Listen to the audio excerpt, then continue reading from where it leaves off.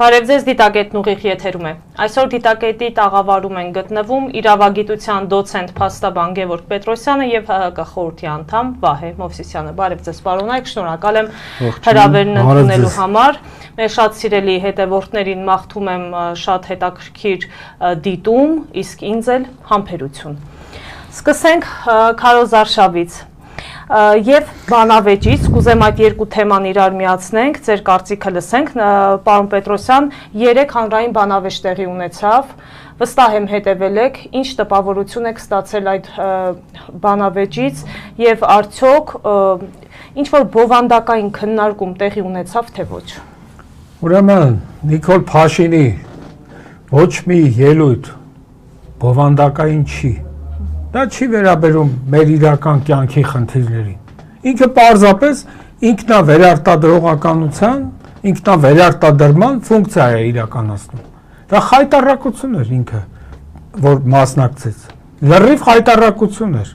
Քոս Նիկոլը, քոսը ասեմ ինչա, դուք այն օրը ինձնից հապավում չպահանջեցինք, ես այսօր երկու հապավում ունեմ։ Քոս քաղաքական ոչնչության սիմվոլ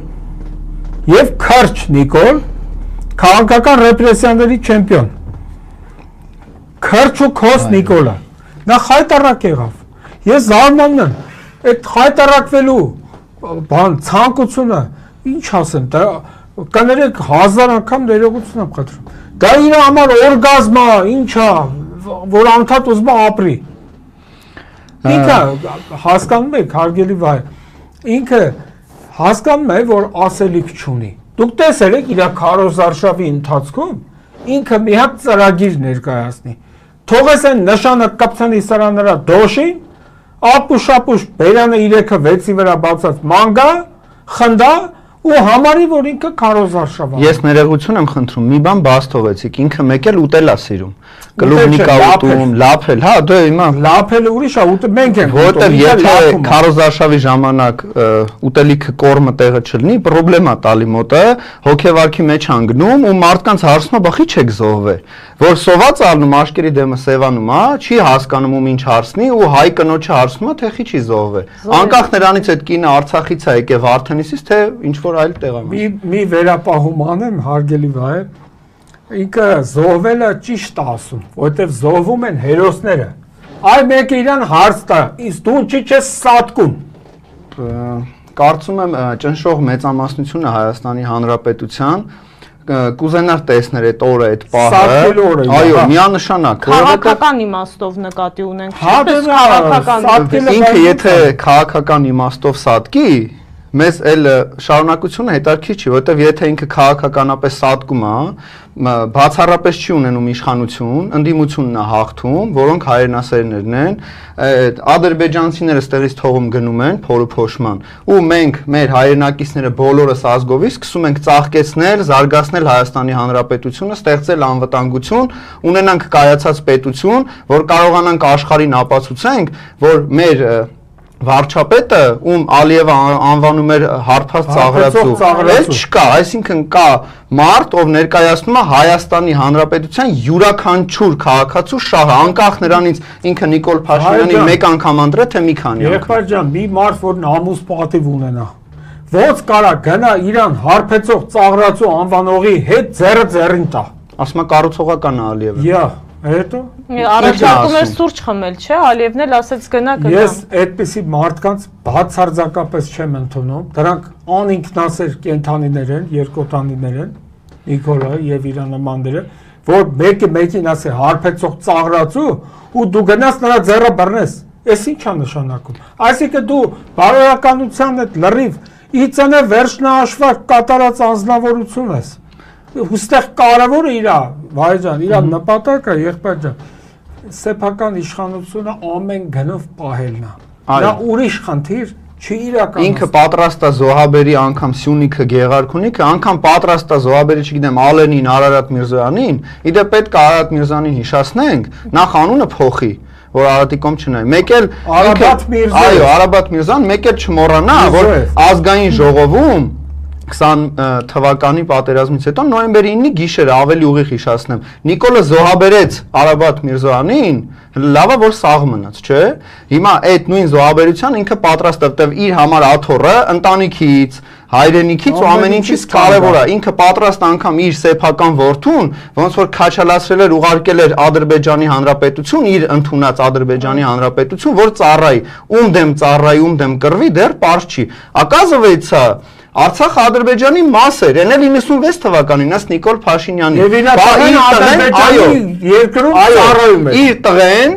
ծառայում էր Ադրբեջանում, այո, եւ իր կինը, իդեպ, Էրատո Ջոկադի գլխավոր հրամանատարը, չգիտեմ, ազատագրում էր, գրավում էր Արցախի Հանրապետությունում, ինչ գործունեություն է։ Ինչա, սեքսուալ բան է, ինչա։ Էրատոն թագուհի ենք ունեցել, բայց ոչ պարկեշտ կարծեմ պահվածքի ինչ-որ։ Չեմ հիշում պատմությունը լավ, բայց թագուհի ենք ունեցել։ Կար ժամանակահատվածը կարավ։ Կներեք, ամբողջ պետական ապարատը այսօր լծված է մի գործի։ Ոնց անեն, որ կարողանան ապահովել Նիկոլ Փաշինի Հայաստանում Ադրբեջանի արտակարգ եւ լիազոր դեսպանի վերարտադրությունը, որի արդյունքում նաեւ իրենք վերարտադրվեն, որովհետեւ այնտեղ հարգելի վայ մեծամասնությունը իրանք հասկանում են, որ իրանք այսօրվա կարգավիճակից զրկվելու դեպքում ոչնչություն են լինելու Իսկ ֆայլաբազարում իրանց թույլ չեն տալու։ Իրանք անվտանգային խնդիր են ունենալու։ Ես դա որպես սպառնալիք չեմ ասում։ Հիմա պատկերացնում եք Ալեն Սիմոնյանը առանց անվտանգության, ասենք իրենց Հայաթեն Յասամանի այգով քայլելուց լինի Մալիբույ։ Դուք պատկերացնում եք Ալեն Սիմոնյանը ինչ կլինի։ Անկեղծ լինենք։ Ինքը թքում էր քաղաքացու վրա իր անվտանգության աշխատակիցները ձեռքից բռնած։ Դուք պատկերացրեք, մի հատ հանում ենք անվտանգության աշխատակիցներին, թողում ենք Աղդամցի Ալենին մենակ Երևանի փողոցներում։ Ասում եմ շատ հանգիստ կարող եմ քայլել այդ մենք խիստ կասկածում ենք։ Սիրված ենք ժողովրդի կողմից։ Գա իրար հետ այսօր հենց քայլենք։ Հələ մի հատ տենամ էդի կարա իմ հետ քայլի։ Նիկոլ Փաշինը։ Այնպեսի առանց ախրանայի իմ հետ ես իրան կպաշտպանեմ որպես բռնցքամարտիկ կպաշտպանեմ, բայց Էնի կյանքում դուխ չի անի առանց ախրանայելի։ Մի կիլոմետրը 30 ջիպով է եթում։ Այ գեդինը մտնես դու Նիկոլ։ Ու իրենք պատավատապետության դեմ էին պայքարում։ Իդեպ ասում էին նախկինները 5 մեքենա, 10 մեքենա, 30 մեքենա այդ դեռ այն պատավատապետության սկիզբն է, որովհետև մի օպերների մի շարք սովորական քաղաքացիական հագուստներով են գնում մի 10 մեքենա էլ է գնում է մի հատ սրտի կա խառը ավտոբուս որտեղ որ ամեն մի նախարար 7 միլիոն դրամ պարգևավճար է ստանում մի առանձին պատավատապետություն էլ է տա ու ամենահետաքրքիր գիտեք ինչումն է որ Նիկոլ Փաշինյանի ասենք ախրանիկը պահում ախրանիկը մի հատ է շոֆեր է պահում այսինքն շոֆերը պահում շոֆերին շոֆեր ունի Հայ ջան ցավը տանեմ գիտես ամենավատ բանը մարդու կյանքում վախով ապրելն է։ Դա երկու վախը մի մահ չէ, ժողովուրդն է ասում։ Ես 53 տարեկան եմ եւ այտենց եմ կարծում։ Այտենց եմ ամփոփել իմ 53 տարիների կյանքը։ Ամենավատ բանը վախով ապրելն է։ Այդ ոնց է մենք կանանք մենակ հելենք մանկանք փողոցներում, իսկ ինքը մի կիլոմետրը 30 ջիպով է թա։ Բայց դա կյանք է։ Թքեմ այդպես կյանքի վրա։ Հարամ մնի տենց ապրել։ Քանի որ վախի մասին խոսեցիք, ոչ միայն այսօր, այլ մի շաբաթ է, եթե ոչ ավել, ձերբակալություններ են տեղի ունենում։ Այսօր եթե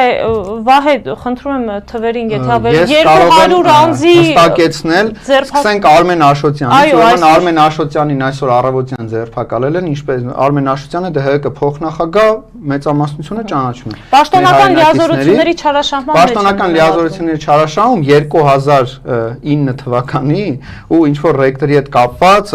տարածքի օտարման եւ այլն, բայց այդ էական նշանակություն չունի, ինչու։ Եթե երեք բանավեճը Նիկոլ Փաշինյանը հաջողում էր, իր մոտ ամեն ինչ նորմալ էր ստացվում, այդ ոնց եղավ, որ այսօր գիշերը, որտեղ երեք լայվով Աշոտյանը մեկնաբանում էր, չէ, այդ քարոզարշավի վերջի այն հավաքույթը, որի անունը բանավեճ էր։ Տենց էր հմեկով Պետրոսը հավաքել էր մարդկանց, հավաքել էր բոլոր հերոսներին, այգեպանին էլ բերել էր, դրել էր այնտեղ, այսինքն Նիկոլ Փաշինյանը երեք որպես վարչապետ ու վարչապետացու հայտնվել էր այնտեղ։ Արմեն Աշոտյանն էլ այդ ամեն ինչը ներկայացնում էր իր տեսանկյունից։ Հարգելիներս, մի հատ հարց է իմ մոտ առաջանում։ Այդ արարքը ես չգիտեմ ինչ արարքի մեջ են մեղադրում, բայց երբ է տեղի ունեցել, երբ է կատարվել 2009 թվականին, այսինքն քանի տարի առաջ 17 բայց դե քրեական պատասխանատվության վաղեմության ժամկետի խնդիր կա, բայց այդ մարդը Արմեն Աշոտյանը իմ լավ ընկերն է, ինքը իր ցավը տանեմ,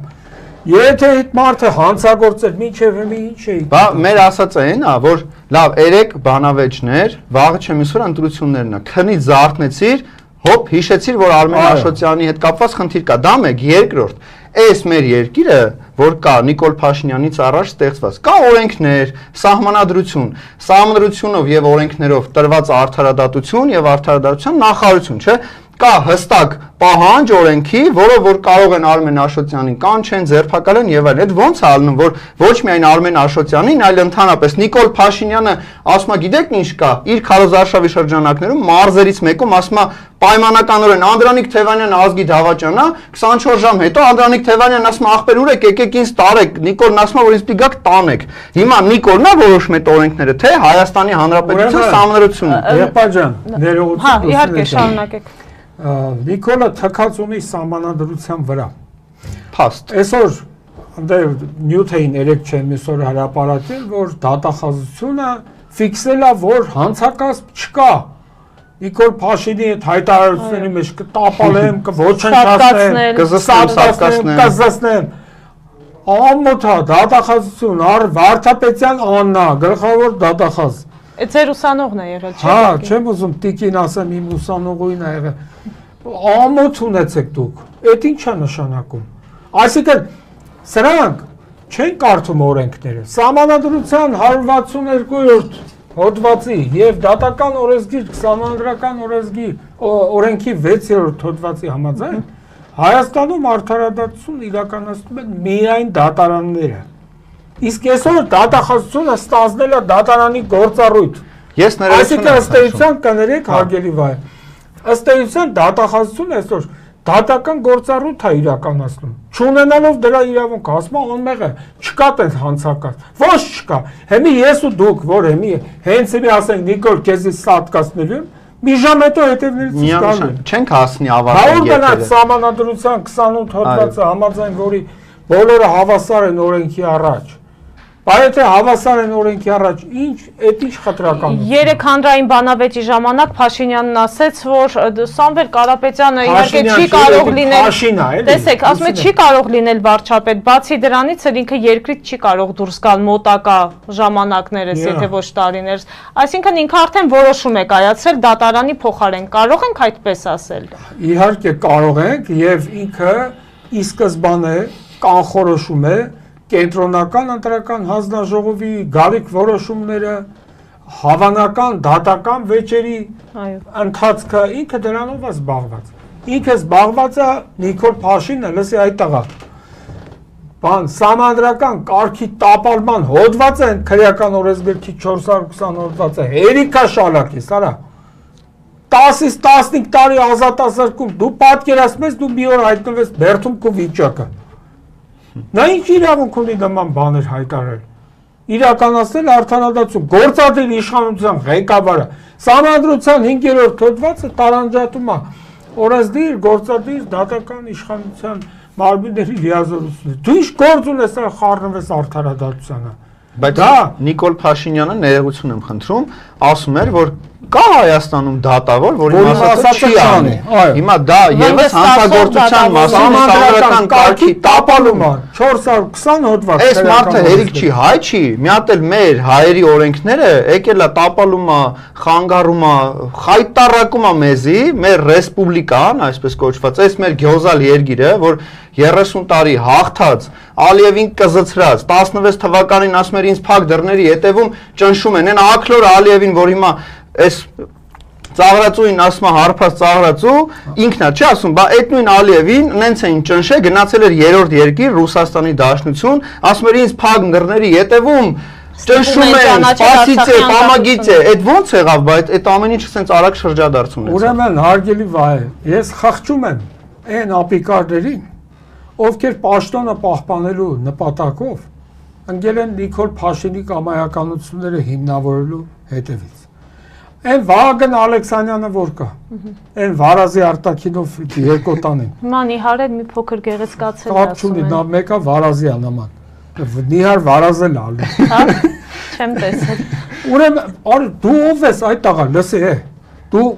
կարաս իմ տվյալները ասեմ, հասցեսել, ծարավ աղբյուր 55 դրոփինգ շենքն եմ մնում։ Եթե լավ տղա ես, կգաս կասեմ քեզ։ Ասում եմ Ռոբը, Սերժը, արա դու ով ես այդ տղա, որ տենց խոսաս։ Դու ով ես, որ երկիրը կառուցած մարդկանց մասին այդպես արտահայտվես։ Այդ տղա դու կարաս Սերժ Սարգսյանի դեմ կանգնես ասես Սերժ, հա՞։ Այ Վարազ։ Ես բարձրապես հակի չեղած տրուսիկն էլ կընկնի վրա, եթե հանգարց հայտնվի այդ իրավիճակը։ Չունի, մարդը տրուսիկ չունի, մի քիչ դուխով գլխարկ են տվե, որ այդ ԿՊ այդ շրջանակում հետո այդ գլխարկը քաշում է կամակին։ Այդ որտեղից տարբերի որը որտեղ պիտի դնի, չի ունեցել, այդ մարդը չգիտի, որը որտեղ են հացնում, էլի ինչ իմանանք։ Ախր Վահեջան, կարող է գիտի արդեն, բայց դե Վահեջան չի սովորել, հարգելիներս։ Մարդը պիտի իր չափը իմանա։ Իհարկե։ Ես կյանքում ես Սերժ Սարգսյանի հետ եմ շատ լավ հարաբերությունների մեջ։ Ռոբերտ Քոչարյանի հետ եմ նորմալ հա։ Ես կյանքում ինձ թույլ չեմ տասում Ռոբը, Սերժը, արա դու ով ես այդ տղա, դու քեզից ինչ ես ներկայացնում, այ անանցյալ երկոտանի։ Ասեմ, հասցես ասեցի, լավ տղա ես, իրիգունարի ասեմ։ Պետրոսյան, եթե իրենք դաստիարակություն ստացած լինեին, նախ հայ կնոջը զոհվածի ծնողին ծեծել չէին տա։ Հայ կնոջը չէին մեղադրի ինչ-որ հարցերում, երբ որ ինքը ամենաթանկը տվել է արդեն երկրին, հերիք չի իր տունն ու տեղը, միատել իր ազգականներին, հորը եւ մյուսներին։ Դուք պատկերացնում եք, այս մարդիկ մինիմալ դաստիարակություն եթե չունեն, ոնց կարելի է հայ կնոջ հետ խոսել, թևից քաշելով եւ այլն։ Այս մարդիկ որտեղից հասկանան ինչ է նշանակում Հայաստանի Հանրապետություն, Հայաստանի Հանրապետության նախագահ, Արցախի հերոս, ու ընդհանրապես եթե իրենք Արցախի արժեքը հասկանային, չէին համարի ադրբեջանական, անգամ եթե Ադրբեջան այն, չգիտեմ, գրավեր կամ եւ այլն, այս մարդիկ ասում են Արցախը տանք, հանգիստ ապրենք, այս մարդիկ պատրաստ են, որ իրենց ծնողներին հայոյեն, մենակ թե իրանք մանդատ ունենան, այս մարդկանց խնդիրը փողն է։ Ներողություն եմ խնդրում, ինձ ինֆորմացիա ուղարկեցին, որ Կարապետյանին զրկեցին մասնակցելու ընտրություններին, չգիտեմ որքանով է ճիշտ, այսպես տեսնենք պաշտոնական, այո, որովհետև կենտրոնական ընտրական հանձնաժողով պետք է դիմեր Արամ Սարգսյանը, 3 բանավեճի ժամանակ ասեց եւ որոշում պետք է դիմել է, դեռ պատասխան չկար, հիմա փորձենք ավելի զուտ իրավաբանական առումով, այսպես որքանով է հնարավոր դա, եթե իհարկե դա ճշգրիտ ինֆորմացիա է ցուցակում եղել է։ Ոչ, դե Նարեկ Կարապետյան, եկեք ասենք Նարեկ Կարապետյանին, ուժեղ Հայաստանին։ Հասկացա, բայց ուժեղ Հայաստանին են զրկել։ Ասում են, այդպեսի ինֆորմացիա են ուղարկել, ես չգիտեմ ինչքան։ Դա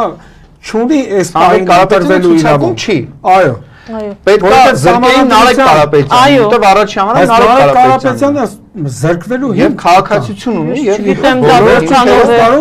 Սահմանադրության 48 եւ 140։ Բայց մենք մի բան բաց ենք թողել։ Ախրեսի Նիկոլի Հայաստանն, այստեղ կարող է մի գիշերում Վարդապետյանը որոշի մի կետ ավելանա, որը որ պետք չի ժողովրդից հարցնեն, որ ավելացնեն կամ պակասեցնեն ու որոշեն հասկանալի պատճառներով, քանի որ երեք բանավեճի ընթացքում ինքը պարտվում էր հավաքական ընդդիմությանը այսպես կոչված։ Հիմա տեսեք Նիկոլ Փաշինյանը գնացել է բռնաճնշումների այն ճանապարհով, որ դատը մի 20 հոգու, որ հեսա հրապարակում ասի, նայեք 20 հոգի նախկիններից հիմա թալանչիներից բռնել ենք, դատում ենք, մի հատ էլ ուզում ընտրա պայքարից հանի ուժեղ Հայաստանին, քանի որ այս մարդը հասկանա, որ նման հիմք չկա, հարգելի վայր։ Միգուցե փորձի, չգիտեմ։ Դե թողանի, թող խայտարակվի, ինքը սովոր է խայտարակվել։ Կարծում եմ, դա իր համար կենսակերպ է, հասկանում եք։ Դա իր համար խայտարակվելը կենսակերպ է։ Նա չի ամաչում դրանից։ Ես կարծում եմ, որ այսպիսի որոշում դերևս չի կայացել, պաշտոնական աղբյուրներում նման ինֆորմացիա չկա։ Եկեք ասենք, որ ընթացք է տրվել, գործի ընթացք է տրվել։ Եթե ինչ-որ մեկը ուզում է, որ ասենք թե կոշիկի մատերիալ կաշի ձեռք բերի 50 տարի որ օգտագործի չմաշվի, դիմեք Նիկոլին իր երեսի կաշվից տա։ 100% 50 տարի գնացող է։ Առանց Պետրոսյան, այդ գործընթացը ինչքան է տևում։ Ենթադրենք ես այսօր դիմեցի, գործընթացը ինչքան է տևում, որ կենտրոնական ընտրական հանձնաժողովը որոշում կայացնի։ Եկեք դա պարզաբանենք, որովհետև շատ հարցեր կան դրա հետ կապված։ Գործընթացը պետքա տևի շատ կարճ, որովհետև ընտրությունը վաղը երբ է 3 օր հետո է։ 40 ժամից կարելի ասել, այո։ Այսինքն այստեղ ողջամիտ ժամկետի սկզբում կա իրավագիտության մեջ։ Եվ ընդհանրապես ոչ միայն կենտրոնական ընտրական հանձնաժողովի, այլև դատական գործընթացներում եվրոպական դատարանի որոշում կա մարդու իրավունքների, որ գործերի ողջամիտ ժամկետում քննությունը համարվում է արդար դատաքննության իրավունքի տար։ Հիմա ինչքան կարան մարդկանց այնց ամիսներով, տարիներով, այսօր վայջան մարդկանց աշխատանքից ազատում են 3 տարի ու կեսա գործը քննվում է։ Աշխատանքի իրավունքը, եղբայր ջան, դա կյանքի իրավունքին համարյա հավասարեցված իրավունք է, որովհետև մարդը պետք է աշխատի, չէ՞ որ ապրի։ Բայց դու մարդկանց գցում եք դատարանների դռները, ընկած եք սաղ ձեր այդ պարեկային ծառայության այդ աֆրիկացու արտաքինով այդ փնթիների այդ կուզիկների միջոցով իբր թե օրինականություն եք պաշտպանում։ Դուք օրինականություն չեք պաշտպանում, արա։ Դուք Նիկոլի հետնամասերն եք պաշտպանում։ Էսա մեր պետա այսօր համակարգային կոռուպցիան, վայջան, սա է, որ ամբողջ պետական ապարատը չգիտեն ինչի համար են։ Արդարադատության նախարարը չգիտես ինչից է խոսում։ Առողջապահության նախարարը չգիտես ինչից է խոսում։ Բայց որ առողջապահության նախարարի ներկայությամբ Նիկոլ Փաշինյանը վիրավորում է քաղաքացիներին, ինքն էլ գրկում է։ Միստր Ուժեսը, այն աշխատանքի եւ սոցիալական հարցերի նախարար կոչեցը։ Հենց խոսում է զինվորական պաշտպանություն։ Արա դու ինչ կապ ունես այդ հարցերի հետ։ Այդ տղա գնա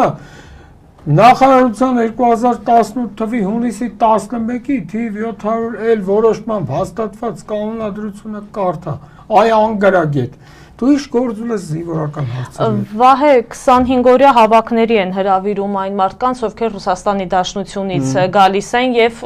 ցանկություն ունեն կամ հանգստանալու կամ մասնակցելու ընտրություններին։ Տեսել եք ինչ է կատարվում օդանավակայանում։ Տեսել եմ, բայց այստեղ հարցի մեդալի մյուս կողմն էլ կա։ Իսկ ով ասում որ Նիկոլ Փաշինյանի համար Ռուսաստանից չեն եկել, որտեղ ես անձամբ տեսել եմ տեսանյութ, որտեղ կինը ասում է հատուկ եկել ենք Ռուսաստանի Դաշնությունից, որ ձեզ ընտրենք, արի մի հատ պաչեմ։ Պարզա որ հակում ունեն այդ կանայք Նիկոլին պաչելու, հա, ահա Նիկոլին պաչ։ Դե Նիկոլին դիմում են օրինակ պուբլիկի հարցերով։ Դա սրբապղծության հավասարեցված Համաձայն եմ, բայց դե այդ մարդիկ չեն տեսեն նորմալ բան, հիմա ձեռները Նիկոլն անգե, դրանով յոլա են էթում, ինչ անեն։ Չէ, բայց եկեք ավելի լավ հնարավոր։ Ներողություն եմ խնդրում։ Մի հատ այստեղ բան անենք, էլի իրավաբանական գնահատական տամ։ Որտեղ է արգելված, որ մարդը Ռուսաստանից գա Հայաստանում ընտրություն կատարի։ Մեր քաղաքացիները մեր քաղաքացիներն են։ Ոչ միտեղ արգելված չի։ Սահմանադրության 39-րդ հոդվածի համաձայն անձինք ազատ են անել այն, ինչ արգելված չի օրենքով եւ չի խախտում այլ անձանց իրավունքներն օրինական շահերը։ Հիմա մարդը կարիքից դրդված գնացել է Ռուսաստան, իր ցավն է տանը, գնացել է հաց վաստակելու, բայց ով ասե որ Ռուսաստանում այդ պահին գտնվելու հանգամանքը արգելք է ընտրական իրավունքը իրականացնելու հարցում։ Չկա նման արգելք։ Կարող է տխուր կամ ուրախ առիթով անախտ գնացել։ Մեկ, երկրորդ ես պետքա հիշողության թարմացում անեմ։ 2018 թվականին իրենք չէին Ամերիկայից, Ռուսաստանից ամբողջ Սփյուռքին կոչ էին անում, եկեք ձեր հայրենիքին տեր եղեք։ Այդ այն ժամանակ այդ իրանց հայրենիքներ, հիմա էլ ակազվեցա իրանց հայրենիքը, չի։ Ոնց կարա տենց լինի։ Գիտեք ինչ, հարգելի վայր, մենք պետքա կարողանանք մեր մեջ արմատավորել այն մտայնությունը, որ չի կարելի Սփյուռքին վերաբերել որպես կաթուկով։ Ճիշտ եք, պարոն Պետրոսյան։ Այդ ոնց է։ Մեր հայրենիքը Ող առնելուց վազում եք, աղաչում եք, բայց երբ որ իրանք իրավունք ունեն իրանց քաղաքական իրավունքը իրականացնել, այսինքն ընտրության մասնակցելու, այդ է ստոյկա եք բռնում, ասում եք, չէ, դուք իրավունք ո՞նց, այդ որ տրամաբանությամբ, որ օրենքի շրջանում։ Իսկ 18 թվականին իրավունք ունեն, արդյոք բոլորը սկսած Սերժ Թանկյանից գային հեղափոխության աջակցային թողային գնային։ Արդյոք ինքը Հայաստանի Հանրապետությունում այմ ապրում։ Արդյոք հիմա այն պայմանները, որը որ 18 թվականի հեղափոխական Նիկոլ Փաշինյանը խոստանում էր, կետ 1 կետ կատարվել է, հայրենադարձություն էին խոստանում, տնտեսական աճ 3.8%, ունենք մի հատ դրան միշտ մոռանում եմ, այն անհախու հաշվարկ մի հատ տղա կա, Գևորգ Պապոյանը 3-ին գումարած 3 չգիտի, էկոնոմիկայի նախարարն է։ Բայց զարգացվել են կենթանաբանությամբ չզբաղվենք։ Դե լավ։ Այս ուսապարկերը դե արդեն էլ կենթանական բաներ չեն։ Շնչավոր չեն, էլի ուսապարկերը։ Վիրավորում կենթանիներին որ։ Հա, դե դրա համար ուսապարկ ենք, ասում ուսապարկերը չեն կարող նեղանալ մեզնից։ Հիմա այս մարդիկ կներես եղբայր ջան։ Նայ, էլի առիթներ եղել են ասելու, բայց բաներ կա, որ պետքա մի քանի անգամ ասել, որ շատերի ուղեղին հասնի։ Տեսեք, հարգելի ժողովուրդ, ձեր ցավը տանում։ Մեր երկրի հիմնական օրենքի Սահմանադրության առաջին հոդվածի համաձայն Հայաստանը սոցիալական, ժողովրդավարական, ինքնիշխան եւ իրավական պետություն է։ Հիմա հարց. մեկը կարա ասի այդ 4 ոլորտներում Նիկոլ Փաշինյանի իշխանության օրոք որևէ առաջընթաց գրանցվել է թե ոչ։ Միայն հետընթաց։ Չկա ժողովրդավարություն, բռնաճնշումները վկա, 100-ից ավել մարդիկ բռնաճնշումների արդյունքում հայտնվել են բանտերում, կտրվել են իրենց ընտանիքներից, իրենց ազատությունից, բայց ժողովրդավարության բաստիոնը Հայաստանի Հանրապետությունն է, այս իշխանությունն է։ Սա բռնապետության, այո, բռնաբարապետության բաստիոն է, եւ ես այդ իրավապահ մարմիններ, լսեք, ձեզ եմ ասում։ Դուք ինձանից լավ պետք է որ իմանաք, որ քրեական օրենսգրքի 478-րդ հոդվածի համաձայն քրեական պատասխանատվություն է նախատեսված ապօրինի ձերբակալման եւ կալանավորման համար։ Նույն քրեական օրենսգրքի 480-րդ հոդվածի համաձայն պատասխանատվություն է նախատեսված ակնհայտ անմեղ անձին քրեական պատասխանատվության ենթարկելու համար։ Հիմա դուք հրաման եք կատարում, բայց մոռանում եք, արա սաղը գնալու եք բերդ։ Դու այդ ձեր վիճակը դե պատկերացրեք։ Նշեմ, որ այստեղ մեկնաբանությունների դաշտում ողջունում են ձեզ, ջերմ խոսքեր, այսպես որպեսզի շատ չընթերցեմ, որովհետև շատ է, բայց գիտեք ինչ եմ նկատել, պարոն Պետրոսյան եւ սիրելի Վահե, նկատել եմ, որ Նիկոլ ասել սիրելի պարոն Պետրոսյան եւ սիրելի Վահե մտածում էի որ այո պետք է այդպես ասեի մեզ շատ են դիտում նաեւ Նիկոլ Փաշինյանի աջակիցները շատ մեծ թիվ է կազմում հիմա սա ինչի մասին է խոսում մենք նրանց հետաքրքիր ենք արդեն փորձում են ուրիշ կարծիք ձևավորել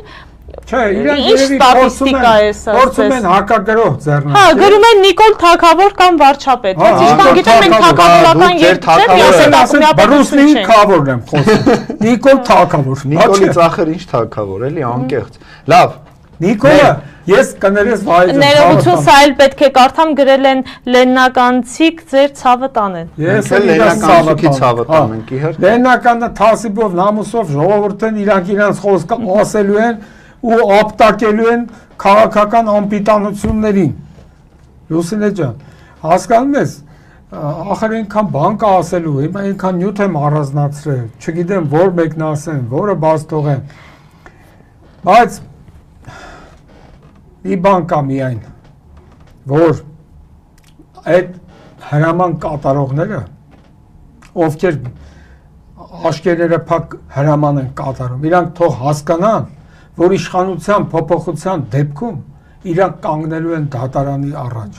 Իսկ մենք պետքա պահանջենք հաջորդ իշխանությանը անկախ նրանից անուն ազգանուններից ով կլինի կամ մենք կլինենք այդ իշխանության մասը կամ չենք լինի էական նշանակություն, բայց պետքա պատժվեն։ Եթե իրենք չեն պատժվելու, ուրեմն այդ ամենաթողությունը այն կանխավարկածով, որ եթե ինչ-որ մի բան չի պատժվում, սկսում է շարունակվել։ Միանշանակ պետքա իրանք պատժվեն, չլինի ինձ որ գան մեկի խնամու հարևանի բարեկամը լինի կամ ասեն դե լավ ինքը այդ ժամանակ այսինչ սկզբունքով առաջնորդվում է, չէ, կա խիղճ, բայց կա օրենք։ Օրենքի առաջ բոլորը պետքա պատասխան տան, որտեղ երբ որ մենք մնում ենք այն փողոցներում, մենք պայքարում էինք ու իրանք մեզ ծեծում էին, մեր վրա կրակում էին։ Պետքա նաև դրա պատիժ իրենք ստանան, որովհետև մարդկա առանց ձեռք մնաց, Մարդկա իր երիտասարդությունը թողեց Երևանի փողոցներում։ Մեզնից գողացել են այս 8 տարիները։ Քանի երիտասարդներ ու քանի անչափահասներ իրանց երիտասարդություն, իրանց կյանքի կարևոր ծաղկուն տարիները թողեցին Երևանի փողոցներում, այն պայքարի շրջանակներում, որը եղավ հայրենիքի փրկության շարժումը, դիմադրության շարժումը, սրբազան պայքարը ու դեռ շարունակվում է։ Այդ 8 տարիները մեզ ով պետքա փոխհատուցի, կարմիր բերետները, թե Նիկոլ Փաշինյանի, չգիտեմ, ուսապարկերը։ Պետքա օրենքի առաջ իրանք բոլորը պատասխան տան ու մեզ մեր երիտասարդությունը չեն կարող վերադարձնել, բայց մեզ պետքա մեր հայրենիքը վերադարձնել։ Նշեմ, որ մեզ Հայաստանի ներողություն եմ խնդրում, ես որ մեկնաբանությունները չեմ կարդում, հետո ինձնից նեղանում են։ Հայաստանի բոլոր մարզերից, գյուղերից, այսպես անդադ անուններ են գրում, ապարանից են ողջույններ հղում, Դիլիջանից, Վանաձորից, բոլոր մարզերին, գյուղերին, քաղաքներին մեր ջերմ ողջույնները, ասենք որ այսպես չառանձնացնենք, հա։ Ողջունում ենք բոլորին։ Անփերատար եղեք, բայց խնդրում եմ, ժողովուրդ ջան, ձեր ցավը տանեմ։ Ընտրության օրը ձեր խոսքը ասեք։ Էրիկ ասենց։ Հələ այս Նիկոլին հայոց կոտորածները նախապատրաստել ենք մենք, որպես ցեղասպանություն։ Այնպես ենք արել, որ մեզ ցեղասպանեն, հա, մենք մեզ ցեղասպանել են։ Արա այ անամոտ։ Հել գնաց այս երրորդ մասի այդ քրչանոցը, որ ապրում էր։ Էլ չի կարա սովոր չի։ Վաճառեցին կարծեմ այդ բնակարանը։ Վարկերն են։ Հա թե դա ուրիշ քրչանոց ապրի, իր տեղը է դա։ Փող չունի։ Ոստը կոտորածները։ Այսինքն հասկանում եք հարգելի վայ, ցեղասպանության ուրացումը քրեական օրենսգրքի 136 հոդվածն է։ Քրեորեն պատժելի է։ Հա, բա ուրա դատախազությունը, հա? Տիկին չեմ ուզում ասեմ իմ ուսանողուին աղա, Վարդապետյան Աննա, ու այդ մեր հայրենակիցները, որ ասում են Նիկոլ Թագավոր։ Հիմա իրանք համաձայն են, որ Արարատը մերը չի։ Առաջարկում են Նիկոլ Փաշինյանին Բաքու ուղարկել նաև այստեղ մեկնաբանությունների հայրենիքն է։ Դա միայն իրեն է օգուտ։ Որովհետև ես նախորդ անգամ նշեցի, իրա փրկությունը վայր։ Վերջին 30 տարիների ընթացքում Բաքվի բոլոր ղեկավարները, որտեղ Ալիևներն են էլի եղել, իրանց երազանքը ինչ ա եղել, որպեսզի իրանք ունենան 9 շրջաններ Արցախի, անգամ ժամանակ ա եղել, որ երազել են 5 շրջանները, չէ՞, որտեղ 5 միլիարդ առաջարկում են երրորդ նախագահին, որ գոնե 5 շրջան ունեն։ Նիկոլ Փաշինյանը փաթեթավորած 9 շրջան, հետն էլ մի հատ 5 միլիարդի զենք տվել է։ Էլ Ադրբեջանի ազգային հերոսը ոնց ալնում, այն Ռամիլ Սաֆարովը մեկ հայասպան է, չէ՞, մեր Գուրգեն Մարկարյանը, Նիկոլը 5000 հայասպան է, Նիկոլը սպանել է Սոնա Մնացականյանին, Նիկոլը սպանել է Արմեն Գրիգորյանին, պետք չի, որ մենք մոռանանք Նիկոլը քանի հոգի է սպանել ու դեռ շարունակում է սպանել։ Նիկոլի այդ պաստառը պոկելու համար մարզերից մեկում մարդ են սպանել։ Հələ սրա քրչա խմբի անդամներից մեկի գեներալ Գագիկ Մելքոնյանի հայտարարությունը։ Ինչ խնդալը չէ։ Պրոստը հետը հացեմ կերես չեմ ուզում շատ կոպիտ արտահայտվեմ, ցավոք սրտի հացեմ կերես։ Ասմա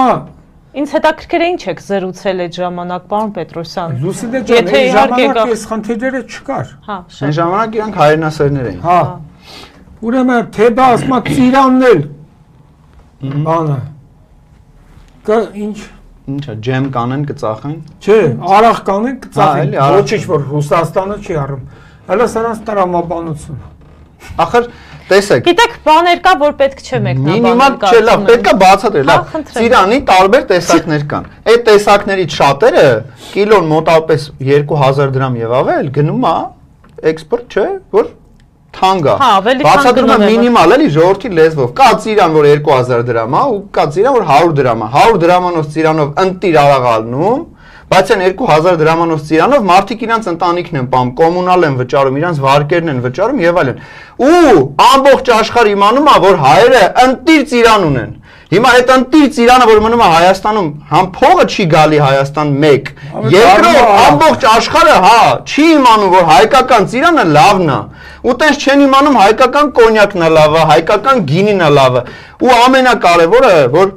հայկական արժանապատվությունն ու ինքնասիրությունը, որը որ մեր բուն էությունն է, չէ, այդ մենք ենք, այդ մեր ծիրանն է, մեր Արարատն է, մեր Արագածն է, չէ, այն վերքն է, որը որ մեր հայոց ցեղասպանությունն է, որը որ մենք դատապարտում ենք, անգամ այդ դինելով մեզ վերք, մենք ցույց ենք տալի, որ մենք հաղթահարել ենք ցեղասպանությունը ու դեռ կանք ու լինելու ենք հավերժ, նենց որ այդ Գագիկ Մելքոնյաններ կլնեն, Նիկոլ Փաշինյաններ կլնեն, համ Ծիրանն է մերը, համ Արարատն է մերը, համ Հայաստանի Հանրապետությունը, համ էլ Արցախը։ Այս մարդիկ իրացել են սա։ Ներողություն, այստեղ մեկնաբանություն կա, պարոն Պետրոսյան, սա ընթերցեմ, չէ, ասում են, եթե ձեզ նման կայուն կարգին տղաներ լինեն Հայաստանի Հանրապետությունում, մենք լավ երկիր կունենանք։ Առանց մեկնաբանության, բայց կան, բա այն պայքարողները, ովքեր են, եթե մեր նման չեն, ու մենք նույն խրամատում ենք։ Տեսեք, ամբողջ հայությունը, ես ներողություն, նույն նավի մեջ ենք։ Հիմա այս նավը, մեկը, որ վարորդական իրավունք չունի, մի քիչ էլ ուտելու խմելու այդ սեր ունի, հիմա մենք այդ ամեն ինչի լափելու, հա։ Հիմա այս մարդը չի կարում քշի, տարե սաղից տվելա գցելա վատ իրադրության մեջ sense։ Հիմա, բայց այդ նավի մեջ կան պայքարողներ, ովքեր որ 18 թվականից պայքարում են, մեկը միացել է 21 թվականին, մեկը 23 եւ այսպես շարունակ։ Այս մեր տեսակը որ չլներ, մենք ցեղասպանությունից հետո չենք լինի որպես հետո Հայաստանի Հանրապետություն։ Այդ տեսակը որ չլիներ, Արցախը չէր ազատագրվի, ու այնտեղ մենք որպես ես զինվոր չէի գնա Ջեբրայելում ծառայի ու պաշտպանեի իմ հայրենիքը, ոնց որ կպաշտպանեի մեր կոտայքի մարդ գյուղ բժնին։ Նենց որ այս մեր տեսակը միշտ եղել է ու միշտ լինելու է, ու Նիկոլի տեսակը ցավոք սրտի այն ժամանակներ դավաճաններ եղել են, ու իրանք որպես դաս մեր կյանքում գալու են ու գնալու են, բայց մենք սերունդներին պետքա փոխանցենք այն ինչը որ մենք ժառանգել ենք մեր պապերից։ Նենց որ այս մեր տեսակը հավերժա, մենք մեռնենք, մեր թորներն են գալու պայքարեն։ Պարոն Պետրոսյան, թեմա եք առանձնացրել, խնդրեմ պարոն Անդրադյան։ Ալիսեմինը թրքապատակ։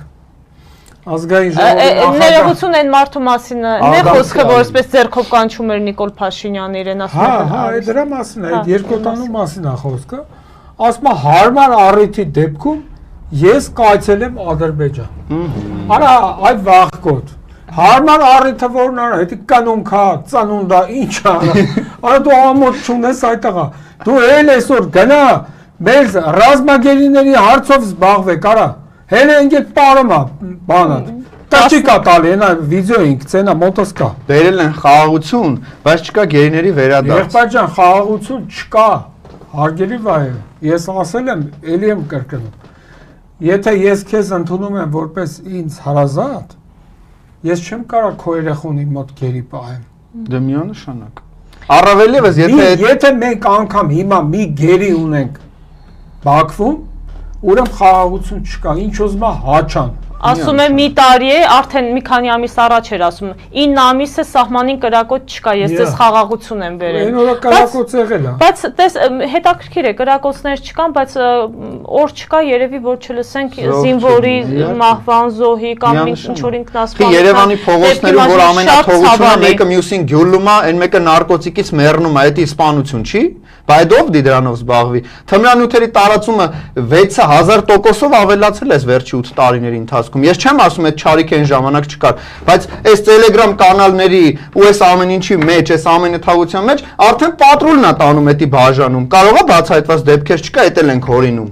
Չի եղել տենց դեպք, եղել է, չէ՞, բայց ոնց է ալնում, ոնց կարա իշխանությունները չիմանան, այդ թմրանյութերը որտեղից է գալի ու ուր է գնում։ Դա սպանություններ, չէ՞, այդ մարդիկ դառնում են նարկոմաններ, սերունդ չեն տալի, մահանում գնում են։ Դա սպանություն չի։ Վալոդիա Գրիգորյանին տվեցին, գյուլեցին, հայաթը գցեցին, գնացին, չգիտեն որ գալու են սպանեն այդ մարդիկ։ Բա ամենաթողություն չի էդի։ Գրիգորյան Արմենը դատարան դալիճում մեռավ։ Հələ Պապոյան, Գևորգային զահարմարա։ Ձեր սիրելի կերպարն է վահը։ Միլիոնավոր մարդիկ, հələ սրա հիմնավորումը, որ փակել են սահմանը, որ չեն թողում Ռուսաստան լոլիկ արտանվի, հələ սրա հիմնավորումը։ Միլիոնավոր բանը, ինչա, այլս հələ գտի։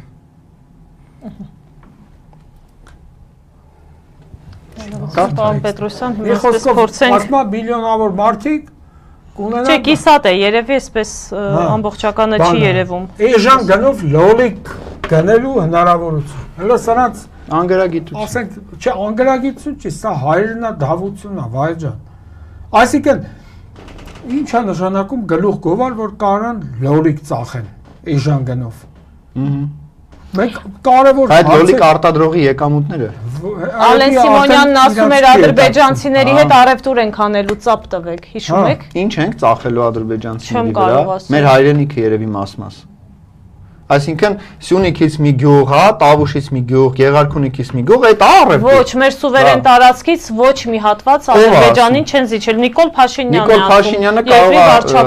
Նիկոլ Փաշինյանը ասում էր Արցախը Հայաստանն է, Նիկոլ Փաշինյանն ասում էր Արագաչափերը հանելու եմ, Նիկոլ Փաշինյանն ասում էր կոռուպցիա չկա, Նիկոլ Փաշինյանն ասում էր խնամի ծանոթ բարեկամի սկզբունքով երբևիցե ոչ մեկ պաշտոն չի ստանալու, Նիկոլ Փաշինյանի աներձակը падգամավոր է, Նիկոլ Փաշինյանի կնոջ անգամ Վարշավիրը պաշտոն ունի։ Այդ ո՞նց է ալնում Նիկոլ Փաշինյանը ասածից մի հատ ասեք, որ գոնե ի կատարածվես 8 տարիների ընթացքում, բացի նրանից, որ ասեց Արցախը հանձնելու եմ, հանձնեց։ Այ ջան,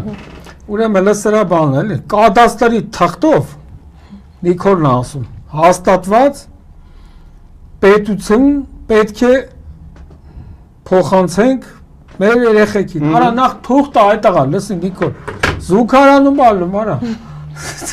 Սա փաստարկում թուղթը չի տարբերում իրարից։ Որովհետև օրինակ ես ներողություն տեսել եք մեր արտաքին գործերի նախարարը երկկողմ կամ երրակողմ հայտարարություն է ստորագրում մենակ նստած։ Տես բան դուք լսել եք, դուք նախկին պաշտոնյակ եք, հա, ասենք պատկերացնում եք արտաքին գործերի նախարարը մենակով նստել է ինքը իրան ստորագրում, օրինակ գրում է Տրամփ դեմը ստորագրում է, գրում է, հա, ասենք Ալիև դեմը ստորագրում է ու այդ խայտարակությունն է, լավ, ոնց կար արտաքին գործերի նախարարը մենակով նստած, վերջն ինչ-որ թուղթ ստորագրի ու ինչ-որ որոշում, ու մեր հայրենակիցները հավատան, որ արտաքին գործերի նախարարը ինչ-որ մի լավ բան արեց, բացի նրանից, որ գրիչ օգտագործեց։ Երբ գերիների մասին են հարցնում, ասում է ծնգել արեցիք, այդ նույն արտաքին գործերի նախարարը, պարոն Պետրոսյան։ Ուրեմն ես դրան նախարար չեմ համարում, այդ Արաբատ Միրզոևի մասին է խոսքը, չէ՞։ Նա ինչ նախարար, նա ինչ կապ ունի։ Ոնց որ ես այդտեղ մի հատ հավաբուն տիրություն անեմ, ես կարամ կերտամ այդ հավերին, այդ բան։ Ամոթալին է, որ ինքը պետք է Հայաստանի Հանրապետության ժողովրդի անունից դա ինչ գործ ունի Խոշոկուլի ապառիկը չէր կարող մուծել, հիմա պետք է Հայաստանի ապառիկը մուծի աշխարհին, ասում այդ ցավականը բաներ կա չեմ ուզում պատմեմ։ Մի օր ասի, եկանք ազգային ժողովի դեմ այդ Արաբատ Միրզոևի ավտոներով հանդիպանք, արասես խիչ ես ավտո սարքում, խփել էր հետևը։ Այդ շիթ էր, ասենք կարամի 50,000 դրամի ծախսանը։ Բա Պետրոսյան ջան, պետք է փողալի որ սարքեմ։ Արա բա այսօր դուք ով է կարա 2.5 միլիոն դրամանոց շորում էր ներողություն ցավոք։ Այնքան բան կարամ սրանց մասին պատմեմ։ Պրոստը ես ինձ թույլ չեմ տալիս, արա այ անամոթներ, մի քիչ չափի մեջ մնացեք։ Դու ինչ գործ ունես նախարարի պաշտոնի հետ։ Դու բացարձակապես խաբար ես արդարադատության նախարարության գործառույթներից։ Հիմա արի հետս բանավեճի մի հատ ինձ բացատրել էլի, ասենք այդ նախարարությունը ինչ գործառույթներ է իրականացնում։ Հարգելի Արմեն 1985 խնդրում եմ հարցը գրեք, այստեղ ասում է որ հարց է հղել, բայց ես չեմ տեսել, որովհետև շատ են մեկնաբանությունները, չեմ հասցնում կարդալ, հարց ունի հարգելի Վահեին եւ հարգելի Գևորգ Պետրոսյանին, սիրելի չեմ ասում էլ, հարգելի ասեմ, հա, կլինի։ Խնդրում եմ հարցը գրեք, ես մեծ սիրով կհնչեցնեմ եւ դուք կստանաք ձեզ ուզող հարցի պատասխանը, այստեղ նաեւ հարց կար, որ եթե ընտրություններում Նիկոլ Փաշինյանը հաղթանակ է տանելու, ձեզ ինչպես է վարվելու մեր ընդդիմությունը, պայքարելու է թե վերցնելու են իրենց հասանելիք մանդատները եւ ծառայեն այս իշխանություններին։ Նայած տոկոսային հարաբերակցությանը, եթե Նիկոլ Փաշինյանը օրինակ գրի ստորագրի, որ 90% ձայն է տարել, ավելի դժվար կլինի, բայց կարծում եմ այս ընդդիմությունը, որը որ ձևավորվել է այս տարիների ընթացքում, նաեւ ցավոք սրտի ունենք այն փորձը ձախողված նաեւ չեմ զրանակ ասեմ, որտեվ ես ինքս մասնակիցն եմ եղել, չի ստացվել, այսինքն մեր ընդդիմությունը ես չեմ կարողացել հեռացնել Նիկոլ Փաշինյանը, չի ստացվել, բայց ես ձեռք եմ բերել փորձ ու հասկանում եմ, որ Նիկոլ Փաշինյանը չունի կարմիր գծեր։ Հիմա որ ժողովուրդը գնա 100%-ով Նիկոլ Փաշինյանին դեմ քվեարկի, այս մարդը ոչ աթոռից ելնելու է գնա, ոչ էլ իշխանություն է տալու։ Ընդդիմությունը պետք է պատրաստ լինի բոլոր սցենարներին, կլինի փողոցային պայքար, հնազանդության ակցիաներ, բայց այստեղ ամենակարևորը, որ նախ ընդդիմությունը պետք է իրենց տված ձայներին տեր կանգնի, որին ինքը պարտավոր է։ Պարտավոր է յուրաքանչյուր ընդդիմադիրով, որ հիմա թեկնածու է, անցողիկ շեմը հաղթարողների մասին է խոսքը, հասկանում ենք, որ գլոբալ առումով մեծ հավաքական ընդդիմությունը պարտավոր է ինքը իր քվեներին տեր կանգնի ու այն քաղաքացիների ինձնից սկսած պետք է մենք մեր քվեին տեր կանգնենք ընդդիմության կողքը, բայց այդ ուղենիշը պետք է պահի ընդդիմությունը, որտեղ առաջատարները պետք է լինեն ընդդիմությունը քաղաքական գործիչներ, այսինքն ժողովուրդը, որը ձայնը տվել է ընդդիմությանը, պարտավոր չի մի հատ էլ գա այդ խրամատում առաջնորդի հետ շարժում, այդ շարժումը պետք է առաջնորդեն քաղաքական գործիչները, այն հասարակությունը, այն մեր հայրենակիցներն էլ, ովքեր որ իրենց քվեն տվել են ընդդիմությանը, բոլորով պետք է գնանք տերելնենք ոչ միայն մեր քվեին, այլ մեր երկրին, որովհետև ինչ է նշանակում Նիկոլ Փաշինյանը, ասենք հաղթեց, ինչը հանձնվում ենք, ուրանանք ցեղասպանությունը Արարատ, տանեցիքին հավաքենք երկրից գնանք, բնականաբար ոչ։ Հայ ժողովուրդը իր ծնված օրվանից պայքարում է։ Այդ պայքարը շարունակվելու է հիմա, վաղը եւ մյուս օրը մեր թորներն էլ են պայքարելու ու այդ պայքարը շարունակվելու այնքան ժամանակ, ինչքան ժամանակ, որ դրան պետք է հատկացնել, թող մեկը մի քիչ իր գործին նեղություն տա, մեկը մի քիչ իր առողջությանը, որ կարողանանք ես երկիրը պահենք, որտեղ որ երկիր չլինի, մնա Նիկոլ Փաշինյան, Ստեղ կլինեն 300,000 ադրբեջանցիներ, ստեղ կլինի Ալիևը, ու ես ձեզ վստահեցնում եմ, որ 31 թվականին քաղաքացիական պայմանագիր կուսակցության վարչապետի թեկնածուն կլինի Ալիև։ Կապ չունի ինչ Ալիև, Ալիևի տղեն կլինի թորը թե քերու տղեն, կլինի Ալիև ազգանվան։ Ձեր կարծիքը ընդդիմության իշխանությունների հաղթանակի դեպքում ընդդիմության պահվածքը։ Ես ասել եմ եւ կրկնում եմ, ավելորդ չեմ համարում։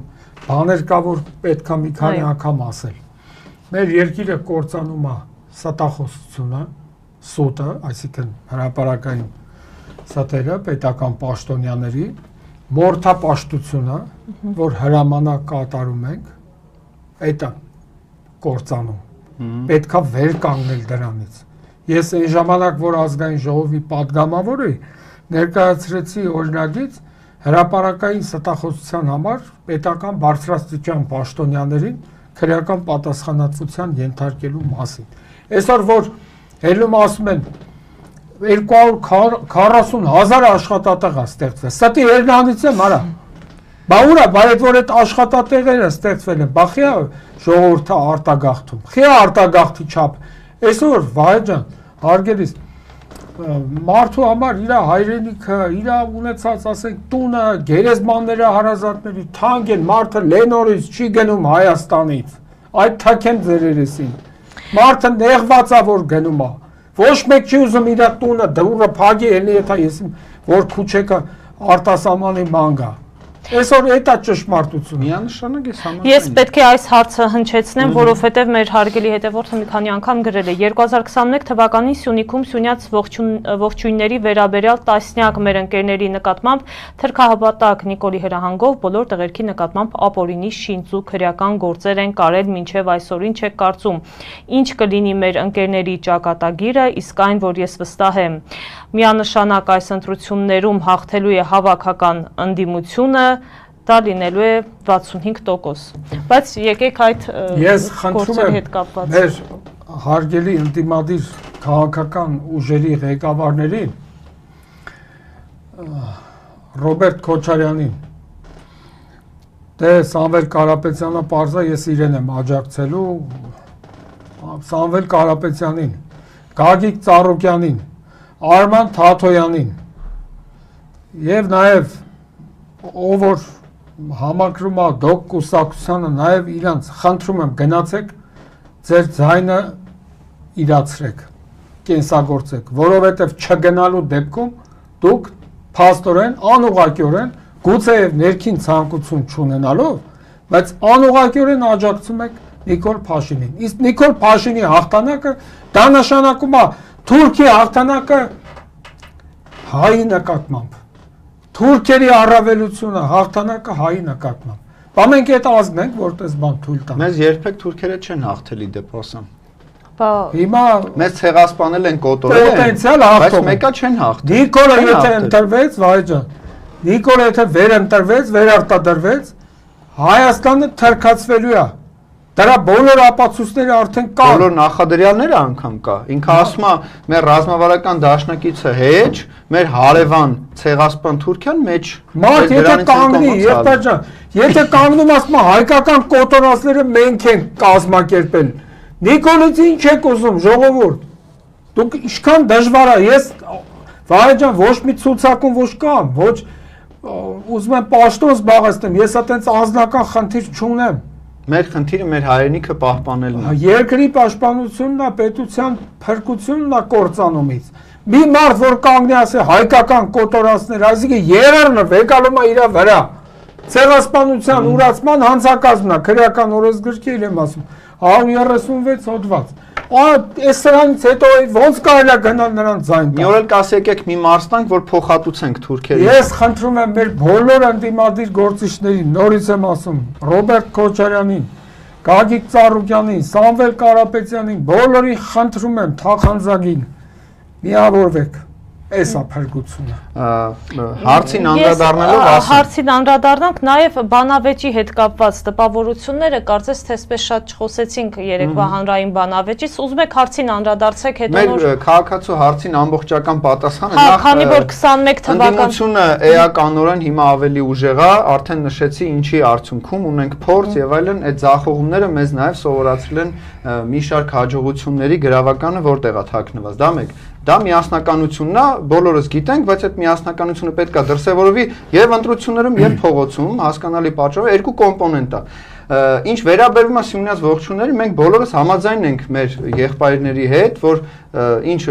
համապատասխանեցում եղել է բառամթերքը օգտագործվել է Նիկոլ Փաշինյանի հետ կապված ամբողջությամբ համաձայն ենք, այսինքն կգա ընդդիմությունը իշխանության, բնականաբար իրանք էլ են չէ համաձայն, ինչը որ վերագրվել է Նիկոլին։ 4 տարի է գտնվում են անազատության մեջ։ 4 տարի է Նիկոլ Փաշինյանը դեռ վարչապետ է։ Հիմա Նիկոլ Փաշինյանը էլ չի լինում վարչապետ, բոլորին պետք է թողել, բաց թողել բոլոր քաղ բանտարկյալներին, բոլոր այն մարդկանց, ովքեր Նիկոլ Փաշինյանը ապօրինի տարել է բանտերը։ Այն մարդիկ էլ, որ անհրաժեշտություն կլինի, քննություն կդնեն, արագացված կերպով կհասկանան, որտեղ ով ինչ մեղավորություն ունի, որտեվ նախ առաջինը պետք է բերթերը ազատենք անմեղներից, որ լցնենք մեղավորներով։ Հիմա այդ մեղավորները ազգային ժողովում են, կառավարության շենքերում են, ուրախ ավտոբուսի, սրտիկով ավտոբուսի մեջ են։ Սրտիկ չէ, այդ սեռական օրգանիզացիաներ անհասկանալի է, բայց ինչ է, իրանք բնութագրում են որպես սիրտ։ Իրանք որպես սիրտն են բնութագրում։ Դրանք սիրտն ուր։ Մեր հայրենակիցներին պետք է բերենք դուրս բանտերից, քաղբանտարկյալներին եւ ինչպես նշեցի բոլորին, որպեսզի տեղ ազատվի, որ այս մարդիկ հաջորդ իրենց կյանքի, ինչքան որ Աստված իրենց կյանք է տալու, անցկացնեն այդ բանտախցերում։ Ինչ վերաբերում է տոկոսային հարաբերակցությանը, Գելափի տվյալներով 34% Փաշինյանն է, ունդեղ արդեն իջնում է Սանդղակը, Սամվել Կարապետյանը եւ այլն։ Սամվել Կարապետյանը շատ ավելի բարձր է իր հավաքական ընդդիմությունն ըստ Գելափի 46%, հա, բայց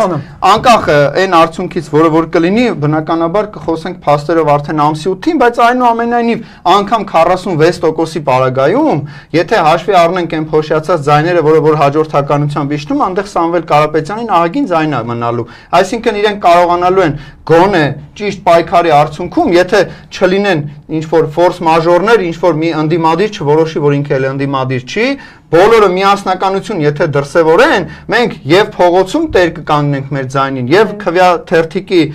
սկզբունքով կունենանք այն արդյունքը, որը որ կբերի մեզ հաղթանակ, հետո կզբաղվենք Նիկոլով ու այն դավադիրներով, ովքեր որ տակից Նիկոլ էին օգնում, ինչպես են երեկվա բանավեճից եք հասնում, ինչը Բաբաջանյան մի հատ կերպար կար, չէ՞։ Պուտինը, հա քո բանու գործը Պուտինն է, հիմա դու հայերի կողմից ես թե Պուտինին դեմ ես, չեմ հասկանում։ Դրանք տարբեր բաներ են։ Մի բանա որ մարդը Պուտինին ընդհանրապես քաղաքականության մեջ։ Մի բանա որ դու եկել ես բանավեճի, որտեղ դու քո ընտրողներին պետք է ներկայացնես քո ծրագիրը։ Լավ ես անում, քսմսվում ես Նիկոլ Փաշինյանին, հարց չկա, բայց Պուտինը тут при чем? Հիմա Պուտինը որ հասնի ինգեր, ես ինչ կապ ունեմ քոնտրությունների հետ։ Դու քոնտրողներին բացատրի, դու ես աջակցում Նիկոլ Փաշինյանին։ Պուտինը տվեց։ Պուտինը որ տվեց, բայց ձեր վարչապետը ինչ էր անում նոյեմբերի 9-ը Պուտինի հետ Նիկոլը չի ստորագրել։ Գնացեք Պուտինին, Նիկոլին Ալիևին հարցրեք, տեսեք ով է Արցախը հանձն է։ Նախկինները չեն ստորագրել նոյեմբերի 9-ի հետ բանի տակ։ Ստիպել են Նիկոլ Փաշինյանին։ Եթե Փաշինյանին։ Նիկոլ Փաշինյանին ինչ-որ մեկը կարող է ստիպի, ուրեմն ինքը լավ ղեկավար չի, պետք է հեռանա գառնենց մարդ, ում ոչ Պուտինը կարա ստիպի, ոչ Տրամպը կարա ստիպի, ոչ էլ Ալիևը։ Նախկին 3 նախագահները ստիպել են։ Նախկին 3 նախագահներին ոչ մեկ չէր կարող ոչ մի բան ստիպել։ Դրա համար էլ Ալիևը նեղված էր, որ իրան փակ դռների հետևում ստիպում են, բաց դռների հետևում ստիպում են։ Բախ երբ գումար առաջարկում, եթե այդ մարդը տենց բեսամ տղա էր կարող էր Արցախը ազատագրել։ Դե թող գար ազատագրեր։ Նա Պուտինը ոչ մի բանի ի վիճակի չի։ Նա ասկի չեմ ուզում ընտանիք մտնել, չեմ սիրում այդ։ Չունեն ընտանիք, մեկը Զաքսով գնացել առանց Զաքսը, այն մեկը Հոկտեմբերյան ապրում թե Արտաշատ, ում քննադատ են, էլի։ Տղեն սաղուր ընկած շոշերը մանա գալի Թումբանով։ Այն աղջիկը ասում են էլի հեռացել է տան, չեմ սիրում ընտանիք մտնել։ Լավ, եկեք իսկապես չանեմ։ Սոկրատեսի հույն փիլիսոփա, որ հարցրել են ինչ կարծիքի եք պետությունը ղեկավարելու անձին ներկայացվող պահանջների հարցում, ասել է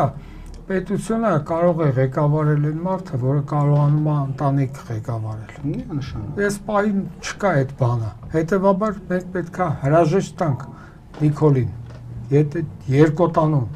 այդ անգարագետ իրավաբանությունից։ Մի մարդ, որ կանգնի, Լուսինե ջան, կներես, ասի Հայաստանում այդպես դատավոր կա, որի մասածը չանի, արա դու չես կարդացել սահմանադրությունը, հա? Կամ այսօր ինքը սաղմոսներ է կարդում, պարոն Պետրոսյան, սաղմոս։ Գալաթանում գլուխը պատին է տալի։ Այդ սաղմոսների մեջ գրած է, որ եկեղեցին չուլանա։ Սահմանադրության 18-րդ հոդվածի համաձայն ասում է Հայաստանի Հանրապետությունը ճանաչում է հայ առաքելական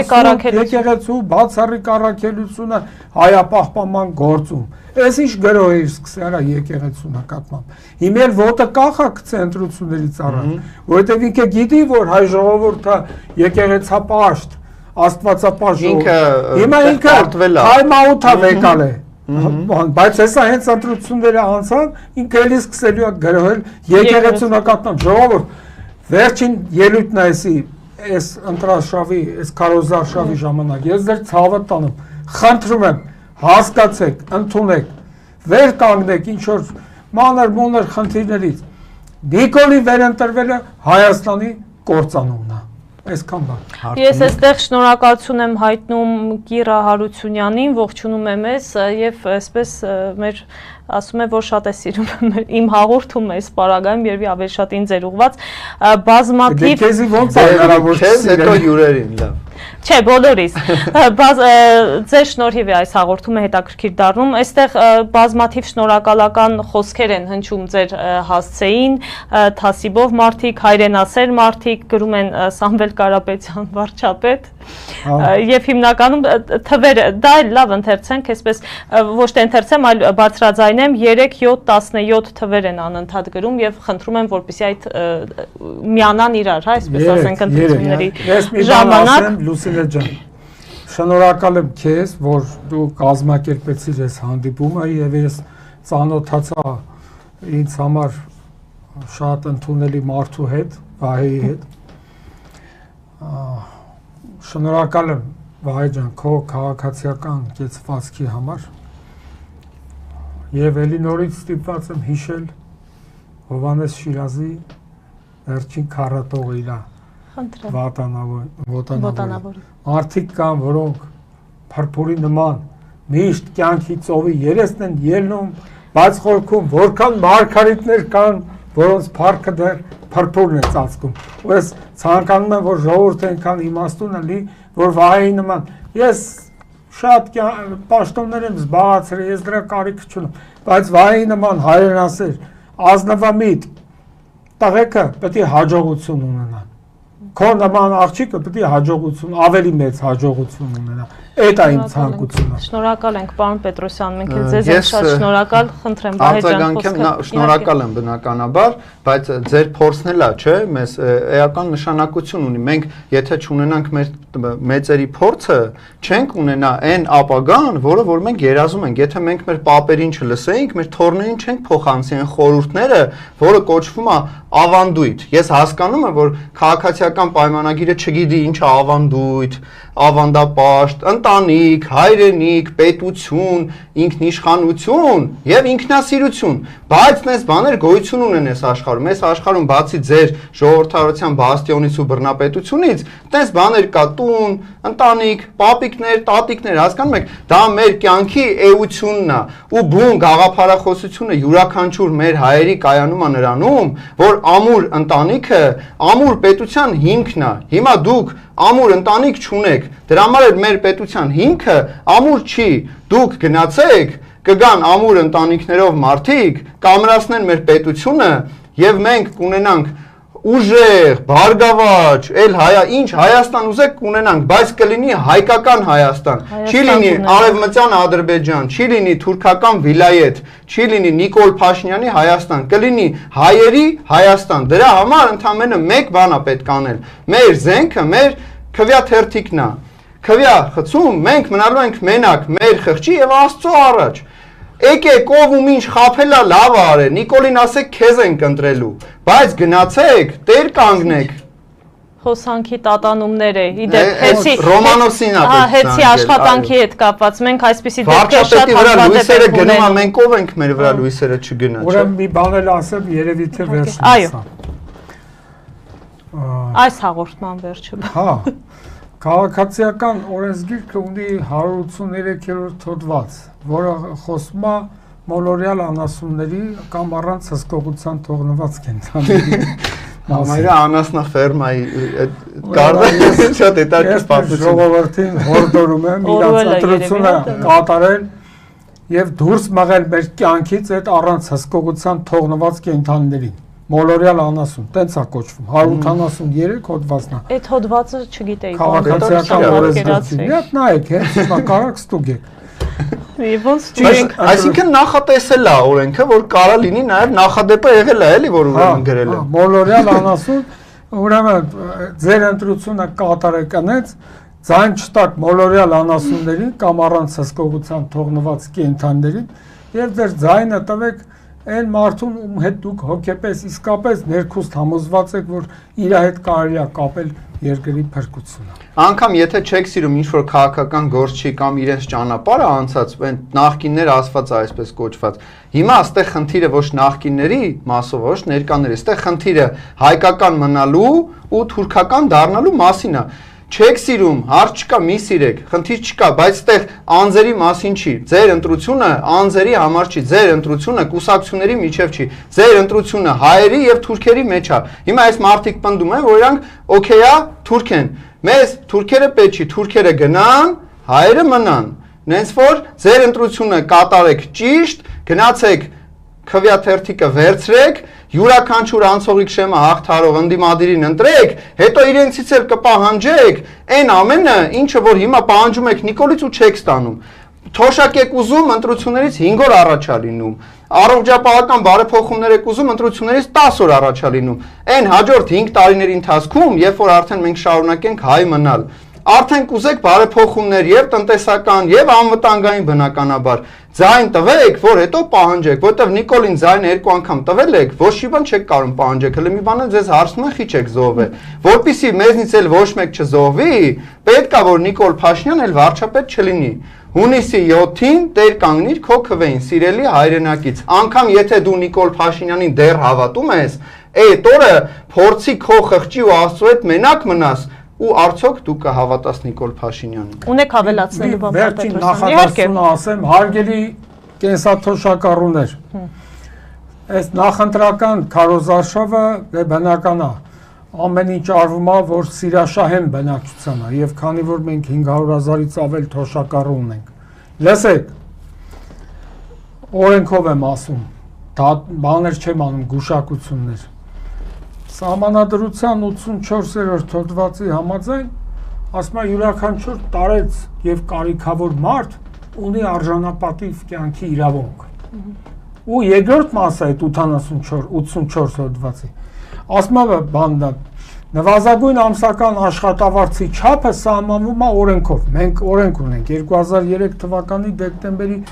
17-ի օրենքն է, որի համաձայն Հայաստանում նվազագույն ամսական աշխատավարձը 75,000 դրամ է, հարգելի թոշակառուներ։ Այսօր այսինքն դա նշանակում է իրավական նորմի տառացի մեկնաբանման արդյունքում, դա նշանակում է, որ ձեր կենսաթոշակը առնվազն 75,000 դրամ լինի։ Այսօր այս իշխանությունը ձեզ քցում է։ Պարոն Պետրոսյան, ինչպես եք հիշում այդքան հոդված, ես զարմանում եմ։ Չնայած գիտեմ դա։ Իսկ եթե նախարարները չեն աշխատում, օրենքը տալիս է 7 միլիոն դրամ պարգևավճար։ Ուրեմն 1092 հոդվածի համաձայն քաղաքացիական օրենսգրքի անհիմն հարստացման ինստիտուտն է նախատեսում։ Ոչինչ չանելու դիմաց գումար ստանալը։ Այդ դրանք սաղ անհիմն հարստացման հիմքով գալիք իշխանությունների օրոք ենթակայինելու պատասխան։ Ես թվով կարող եմ ասել, 1 միլիարդ դոլարից ավել պարգևավճար վերջի 5 տարիների ընթացքում Նիկոլ Փաշինյանը բաժանել է իր նախարարներին, ովքեր ոչ մի բանով չեն զբաղվում, իր падգամավորներին, ովքեր ոչ մի բանով չեն զբաղվում, բայց այդ հարկերը հավաքել է մեր սիրելի 3 միլիոն վարչապետերից եւ տվել է իր սիրելի ուսապարկերին, այնպես որ Նիկոլ Փաշինյանը համար դուք բոլորդ հերոսներ եք, որտեղ դուք գումարը տալիս եք, իրանք ծախսում են, լրիվ նորմալ է։ Բանը որ կա այդ Վարազի Արտակինով են Վահագն Ալեքսանյանը։ Դուք տեսել եք նա մի հատ օրինագիծ ներկայացնի։ Նա այնքան կարող օրինագիծ ներկայացնի, ինչքան ես ասենք Մարգարյանի ծննդատանը կեսարյան վիրահատություն անեմ։ Արա ամոթ։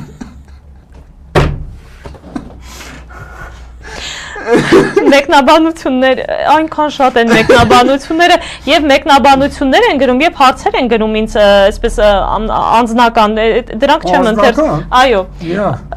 դրանք մի օր առաջարկություն անեն ամուսնության ինչ հետաքրքիր եղել է այդպիսի դեպք 2 տարի առաջ այո մեկնաբանությունները բնականաբար ոչ շնորհակալություն են հայտնում ձեզ ցավդ տանեմ Վահե ջան ցավդ տանեմ Գևորգ ջան ու շատ ջերմ խոսքեր, սրտիկներ, բայց այն սրտիկը չէ որ ցույց են տալիս այդ սրտիկները չկարծեմ ոնց որ կանացի օրգանին բանալի նկարալի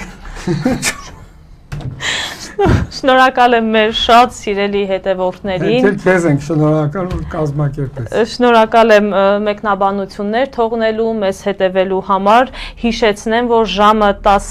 19:30-ին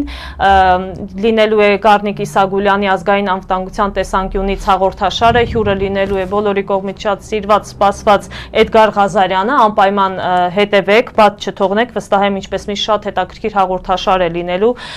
Շատ շնորհակալ եմ իմ շատ սիրելի Վահեին, իմ շատ սիրելի Գևորգ Պետրոսյանին, շատ հետաքրքիր հարցազրույցի համար։ Ես այսօր այս ֆորմատով էի կազմակերպել հարցազրույցը, որովհետև ընտրություններից 2 օր առաջ կարծում եմ շատ պետք էր մեր հայրենակիցներին լսել խելացի մարդկանց, պրոֆեսիոնալ այսպես մարդկանց քաղաքական գործիչների խոսքը, որը վստահ եմ տեղ է հասնելու։ Շնորհակալ եմ շատ։ Շնորհակալություն մեր հայրենակիցներին եւ մեր հիասքանչ լուսիներին այս ամեն ինչը կազմակերպելու համար։ Շնորհակալություն, եւս մեկ անգամ հիշեցնեմ, զրուցում էինք իրավագիտության դոցենտ փաստաբան Գևորգ Պետրոսյանի եւ ՀՀԿ խորհրդի անդամ Վահե Մովսիսյանի հետ, իսկ մեր քաղաքացիներին եւս մեկ անգամ հորդորենք, որ հունիսի 7-ին գնան իրենց քաղաքացիական պարտքը կատարելու եւ իրենց ձայնին տեր կանգնելու։ Շնորհակալ եմ, որ հետևեցիք Դիտակետի ուղիղ եթերին, ցտեսություն։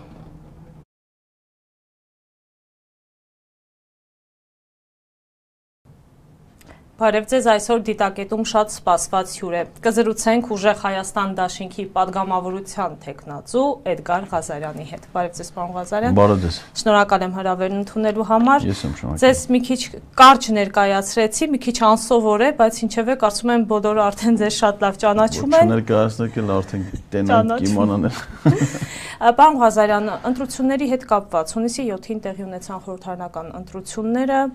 Ձեզ համար սպասելի էր այս արդյունքները, ինչպես է գնահատում ընդհանուր առմամբ ձեր գնահատական այս ընտրություններին։ Դե դուք իհարկե մի քիչ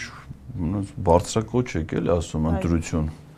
Հունիսի 7-ին տեղի է ունեցել ընդամենը քվեարկություն, որովհետև այս տարի ոնց որ եւ կարելի էր ենթադրել, չնայած մեր բազմաթիվ ջանքերին, փորձերին,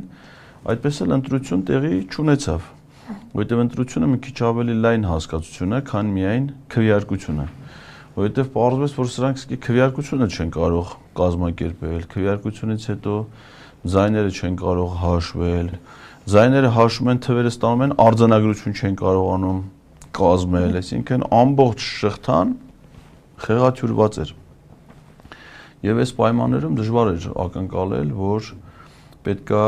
այլ արդյունքներ լինեին, որովհետև մենք գործ ունենք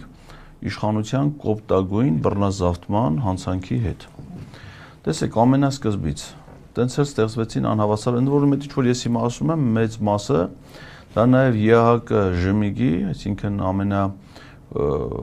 մեծ հեղինակություն վայելող միջազգային դիտորդական կազմակերպության գնահատականներն են, որոնք երկարաժամկետ դիտորդական առաքելություններ իրականացրեցին, ոչ միայն ընտրությունների օրը, այլ նաև նրա նախորդող շրջանում։ Եվ ինչպիսին են եւ ԵԱԿԺՄ-ի դիտորդների եւ նաեւ մեր արձանագրումները, որ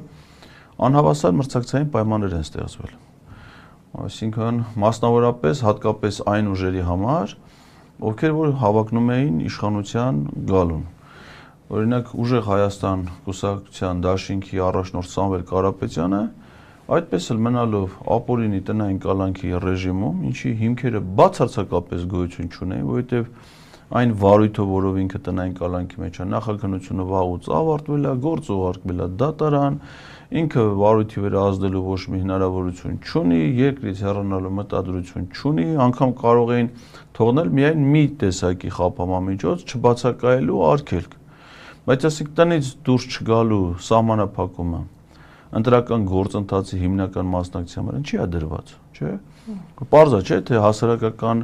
մթնոլորտը, մեր հանդիպումների արդյունավետությունը,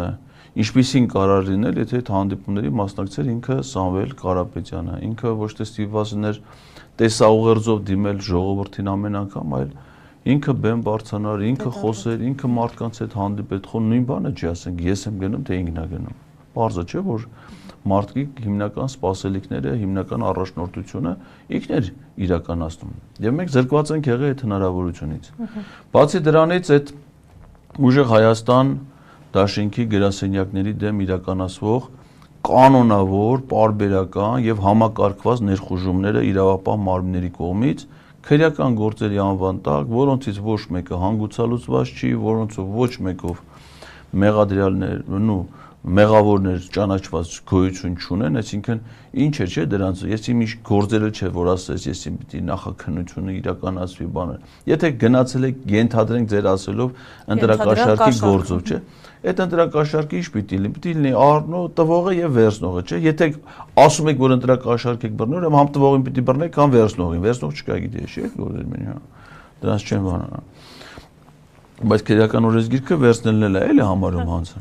Բայց եթե համ տվողին եք թե ձեր կարծիքով, համ ստացողին, ինչ դժվար է նրանց նախ երկուսին էլ հարցակնել, գործը ավարտել, ուղարկել դատան, դատանը որոշում կայացնի։ Չկա նման բան, որովհետև իրանք է գիտեն, որ մենք ու գիտենք, որ ընտրակաշարք չենք բաժանել, հանգիստ մենք չենք արդեն հանգիստ վերաբերում, չէ՞, եթե նկատել եք արդեն էլ քննարկման առարկա չի դառնում առաջ օրեր, եթե մենք դատարանների հայատները քննչական կողմ, հետո արդեն դե խո մենք սա գործը չենք, թող իրանց ուզած է դեր, էլի որ անդադ մեր կողմնակիցներին բռնեն, մենք նախ ընտրական քարոզարշավ թողնենք, այդտեղ կայնենք դատարանների ու քննչականների պատերի տակ։ Բայց դա այնքան արդեն massայական բնույթ էր կրում, որ դա չէր հնարավոր չէր անել։ Ու թիրախում եղել են բոլոր գրասենյակները, մտել են աշխատող գրասենյակներում խուզարկություններ, արգրավել են ինչքան համակարգիչ կա, բան կա, բայց կոֆե ապարատներ չեն տա։ Դե ինչ չեն տա, չգիտեմ։ Ինչ ձեռներն ընկել է, հավաքել, տարել են, ասենք խափանում են մեր, մտնում են այդ մարդկանց տները, վախի մթնոլորտ են ստեղծում։ Մարդիկ վախենում են մեր կուսակցության հետ, մեր դաշինքի հետ համագործակցեն, ասենք ենթադրենք կամավորականներ են, չէ՞, ջահել ուսանողներ, երիտասարդներ ուզում են գա ծնողները չեն թողնում, ասում են մի գնացեք, այ բալա, կետա կիզուր տեղնდեք, երևա կգան մեր տունը խոզարկություն կանեն, մեզ կբռնեն, իզուր տեղ մի գործ չունես, այսինքն այդ մթնոլորտը նաև դրա նպատակ ուներ, խափանել հատկապես ուժեղ Հայաստանի գործունեությունը։ Եկան հասան մինչև վերջին օրը, այն ընտրության օրը ես գնացել եմ Արտաշատ, զանգում են ասում են մեր վստահված անձանց 13 հոգու բռն։ Լույսը բացվել առավոտից մեր վստահված անձինք, որոնց հետ մենք նախապես աշխատանք ենք տարել, ընտրական օրենսդրության դասընթացներ, ոնց ինչ իրավունքներ ունեն իրանք, ոնց պատշաճ վերահսկողություն անեն, ինչ պոտենցիալ ընտրախախտումներ կան, որ պիտի ուշադրեն։ Այդ մարդիկ արդեն որոշակի գիտելիքներով որոշակի պատրաստվածությամբ պիտի գնան իրենց պարտականությունը կատարեն, մեկը դա քնչական գնաց սաղի վերցի տարե։ Ընտրությունների օրը, լռության օրը, մեկ օր առաջ նպատակը որն է խափանել, թույլ չտալու այդ վախի մթնոլորտը ստա, դա համատարած է եղել։ Ու հետո նույն գործողությունները սկսեցին Հայաստան դաշինք, չէ՞, Գյումրիում մտան դրանց գրասենյակ, էլի ձերբակալություններ, խոզարկություններ։ Հետո այն Ծառուկյանը հենց ասաց, որ պիտի բանան էս Լևան սպասում է, այն որ ցարուս կա ինչ որ ասած պիտի քեզ տանեմ Լևայի մոտ, հա, էսի առավ կպավ նաև Ծառուկյանին, իր տեխնացուներին, իր կողմնակիցներին, նույն բաները հիմնական առանցքային ուժերն էլ ընտրությունների արդյունքները ցույց տվեց, որ ուժեղ Հայաստանն, Հայաստան դաշինքն է, Բարգավաճ Հայաստան, այսինքն Նեմա խոչեր է թալու շնորհապետական կուսակցությունից я գինամ կաս, я գինամ չկաս, չէ, ասեք, մյուսներին ընդհանրապես Բաբաջանյանին է դա ինչ ասել է կամ Շիրինյանին, չէ։ Մել չեմ ասում, որ դա իր կողմնակիցներն են, կամ չգիտեմ, առաջա ինչ է, ռեֆորմիստների կուսակցությանը 1400, ես 15 հոգի հաշվի, բայց 1400 հոգի։ Բանեն ձայն են տվել։ Բանը, խոչեր է թալու դրանց կպներ, չէ, ինքը շատ լավ գիտեն ում պետքա կպնեն ինչա, ու էդի համար մենք ընտրություն ես ամեն ինչը, իհարկե չէ։ Պարոն Ղազարյան, այսինքն ըստ ձեզ ազատ, անկախ, թափանցիկ ընտրություններ չեն եղել։ Ոչ միայն դա նույնը ԵՀԿ դիտորդներին լրագրողը հարցում ասում է կարող եք որպես եզրակացություն ասել, որ Հայաստանում ընտրությունները եղել են ազատ, արդար, հավասար, մրցակցային, ասում եմ ձեր արդեն չեմ պատասխանել։ Չկա դες բանը։ Պարոն Ղազարյան, մանդատները վերցնելու եք։ Դրան մենք դեռ չենք հասել, այսինքն նայեք, հիմա մենք բողոքարկման process-ում ենք, մենք ուժեղ Հայաստանը բողոքարկման բոլոր ինստանցիաներով անցել է։ Այսինքն նախ մենք ընտրություններից հետո այդ սեղմ ժամկետում բողոքարկեցինք մի քանի տասնյակ ընտրական տեղամասերում, կոնկրետ տեղամասերում ընտրությունների արդյունքները, որոնցից էապես պատկերը փոխվեց, այսինքն նաև դրանից ինչ պարզ դարձավ, որ սրանց հանձնաժողովները ձայնի հաշվարկ չեն կարող անեն։ Շատ քիչ դեպքեր ա եղել, որ բողոքարկում ա եղել, արձանագրությունը մնացել է նույնը, այսինքն ոնց որ հանձնաժողովը կազմել է քվեարկության արդյունքները, մնացել է նույնը։ Մեծ մասը թվերը փոխվել, հարց առաջանում, չէ՞։ Բայց դու կենտրոնական ընտրական հանձնաժողով մինչև այդ ասում եք հանձնաժողովի անդամ կարող լինի միայն նախապես դասընթացների մասնակցած, կենտրոնական ընտրական հանձնաժողովի կողմից որակավորման սերտիֆիկատ ունեցող անձինք, որոնք պիտի ընտրական օրենսգրքով դասը դրանց վերապատրաստումներ եք անցկացրել, հանձնաժողովների նախագահներին առանձին եք վերապատրաստել։ Սա որը, այսինքն իրանք էս ամբողջ շրջանում կենտրոնական ընտրական, սա որը պարապնդե ուզում եմ ասել վեր են գալ։ Նստած ինչով են զբաղվում, չէ՞, այդ պիտի անեի, մթոմ էդ են արել։ Բայց ձեր վերապատրաստած, ձեր մրցույթով անցած, ատեստավորված հանրաժողովի նախագահան ընտրություն չեն կարող կազմակերպեն։ Բայց ձեր արած ձեր աշխատանքեր որտե են։ Այդ բոլորը պետք է հրաժարական տա այդ կենտրոնական ընտրական հանրաժողովի անդամներն էլ իրանց այդ մնացած կառույցներն էլ։ Բայց այդ պիտի լեր ձեր գործը։ Բայց դժվար է, ասենք թե քվեատուփը բացես, ձայները հաշվես, տենաս որ քանի արձանագրություն կազմես, այդ ինչ բան է, որ մի հատ էլ այդքան բողոքարկումներից հետո էդի ստացանք։ Հետո ինչ եղավ նաև։ Եկավ բարձր որ իրանք է չգիտեն։ Բերին ընտրությունների արդյունքները, հələ հիշեք էլի ժամը ընդհանրում 10% էլ չէին ամփոփել։ Ժամը 2-ին ասուլիս կազմակերպեց Փաշինյանը։ Այդ ժամը 2-ի դրությամբ ամփոփվել էին մենակ կենտրոնական ընտրական հանրաժողովը ուղի եթերում ցուցադրում են, չէ՞, ձայների հարաբերակցություն։ Սկզբնական տեղեկությունները, ընդ քանի տեղամասեր, 200 էր, 500-ից ավել չէր։ Սկզբնական շրջանը որ տեղամասներից է արագ արդյունքն, որտեղ ընտրողները փոքր են։ Ասենք օրինակ հիմա Վայոց-Ձորի Զեդիա գյուղում 70 քանի ընտրող է։ Բարձր չէ որ դրանց ձայների հաշվարկը շուտ է ալում։ Ժամ 8-ին տեղամաս փակում են, ժամ 9-ից արդեն ասում են, էլի ձայների դա։ Ու հրապարակում է։ Իսկ հիմնականում փոքր գյուղերի ու գյուղական բնակավայրերի, որտեղ ԿՊ-ի ձայները որպես կանոն ավելի բարձր է։ Ցանկացած իշխանության, ընդ կապ չունի հիմա, վաղ մենք ենք իշխանություն, մեր ձայներն ընդ բարձրել։ Ավանդաբար տենց է։ Հիմա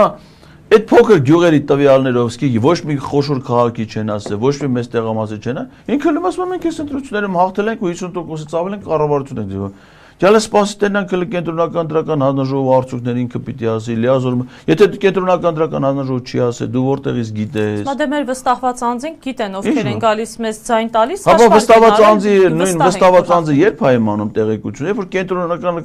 նույն հանրաժողովի իրաց վստահված անձը խո բանը Գաբրիել հրեշտակապետի մոտ նստած չի, հանրաժողովի նախագահի մոտ է, չէ՞։ Բայց եթե հանրաժողովի նախագահ կենտրոնական ընտրականին չի տվել, իր վստահված անձը ո՞ւմ է տվել տվյալը։ Նույն տվյալն է, չէ՞, նույն ժամանակաշրջանում արտադրվող տեղեկություն է, որ պիտի փոխանցվի։ Դրանից հետո ձայների այդ կենտրոնական ընտրական հանրաժողովի լայվը դադարեցվեց, հետո սկսեցին իր ասած թվերով գալ։ Հետո նույնիսկ իր ասած թվերով եկան, ասին Բարգավաճ անցնում է 4%-ից ավել է։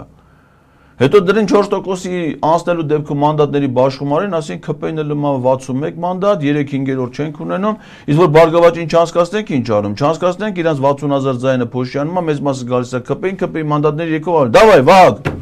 Խոտու դազգա։ Խոտ տվին, մեկ է Բարգավաճի ձայներն եղավ 3.998% չի անցնում շեմը։ Դրին բողոքարկին տեսան անցնում է։ Դե լավ ինչ անենք, ոսմա ընտրությունների արդյունքները 3 տեղամասում չեղարկեք, դու ԲՀԿ ձայները լրիվ 0-յան այդ տեղամասում որ չա։ Ի վերջո դες բարգավաճին չանցկացին, 3 մանդատ են գողացել ԲՀԿ-ի ձայները բանանելով, փոշի հասնելով։ Բայց տեսեք, ասում են ինչ էիք պահանջում դուք, ձայների վերահաշվարկ էիք ուզում, խնդիր չկա, այդ 3 ընտրատեղամասերն են, որ ասում են զինվորները գնացել ժամը 8-ից հետո քվեարկել են, խնդիր չկա, վերահաշվարկ արեցինք, սա էլ ձեր պատկերը, հիմա ինչի եք դժվար։ Վերահաշվարկ չեն արել, հենց այնա, որ այդ տեղամասերում ընտրությունների արդյունքները չեղարկել են։ Հիմա մենք ասում ենք ապօրինությունն է, որ զինվորները այդ ժամին ընդդեպի չլինեին եղել են, չէ՞։ Դա ո՞մ մեղքն է։ Դա զորամասի հրամանատարի մեղքն է, դա ընտրատարածքային հանձնաժողովի նախագահի մեղքն է։ Հրամանատարի մեղքն է, որ այդ ժամին է զինվորներին տարել տեղամաս, կարող կեսօրին ժամ 4-ին տաներ, 6-ին տաներ, չես տարա վերջի րոպեին։ Հանձնաժողովի նախագահի մեղքն է, որ ընտրական օրենսգիրքը ասում է, ընտրական տեղամասում 15 ընտրողից ավել չի կարող լինի։ Իհարկե օրենքն ասում է, ով մտել է տեղամաս ժամը 8-ին Պիտի քվեարկի նոր դուրս գա, բայց ասում է դրանք 15 հոգուց ավել չեն կարող լինի։ Ամեն մարդու քվեարկությունը տևում է մի րոպե, 8-15 բոլոր դուս եկածել են հանձնաժողովը 11:30-ը որն է, չէ՞։ Հիմա մենք որ բողոքում ենք ուրիշները որ բողոքում են, որ դրանց պատասխանատվության ենթարկեն, ով որ այդ խախտումը արել է։ Բայց հիմա այդ նույն տեղամասում նորմալ մարդ 1000-ից ավել ընտրող լույսը բացվել է, սիրուն հագնվել են, պասպորտները վերցել են, գնացել են իրանց ընտրությունը կատարել են, քաղաքացի են, դա իրանց ձայնն է։ Ո՞նց էս գցում ասում ես չեղարկում եմ։ Չեղարկում ես, ընտրական օրենսգիրքն էլ ասում է ընտրախախտման հետևանքով էս չեղարկե։ Կրկնակի քվեարկություն կազմակերպել, մի շաբաթ հետո այդ տեղամասերում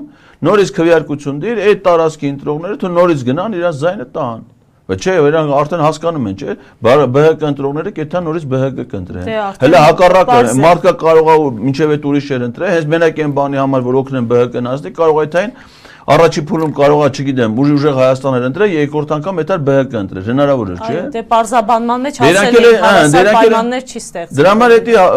հասկանալով, բայց ընտրական օրենսգիրքն ասում է, եթե տեղամասի ընտրությունների արդյունքները ամբողջ երկրի ընտրությունների վրա ազդում է, ուրեմն պարտադիր պիտի կազմակերպես ընդ վերաքվեարկություն։ Եվ ԲՀԿ-ն որ դիմել էր վարչական դատարանը իր որոշման մեջ գրել էր, որ դատարանն արձանագրում է, որ այս տեղամասերի ընտրությունները ազդում են ընդհանուր ընտրությունների արդյունքների վրա, իսկ այդ տեղամասերում կրկնակի քվեարկություն կազմակերպել է կենտրոնական ընտրական հանձնաժողովի իրավասություն, այսինքն ըստ էության ասում է, քո գործն է, ես արձանագրում եմ փաստը, գնա կազմակերպի։ Ենել շամպես հասկանալով որ կազմակերպելուց ԲՀԿ-ն ասում է, հատուկ չեն անում, որպեսզի 60000 ձայն են գողացել։ Մենակ ԲՀԿ։ Էլ չեմ ասում եմ մյուս կուսակցությունները, որ շեմը բարձր են դրել։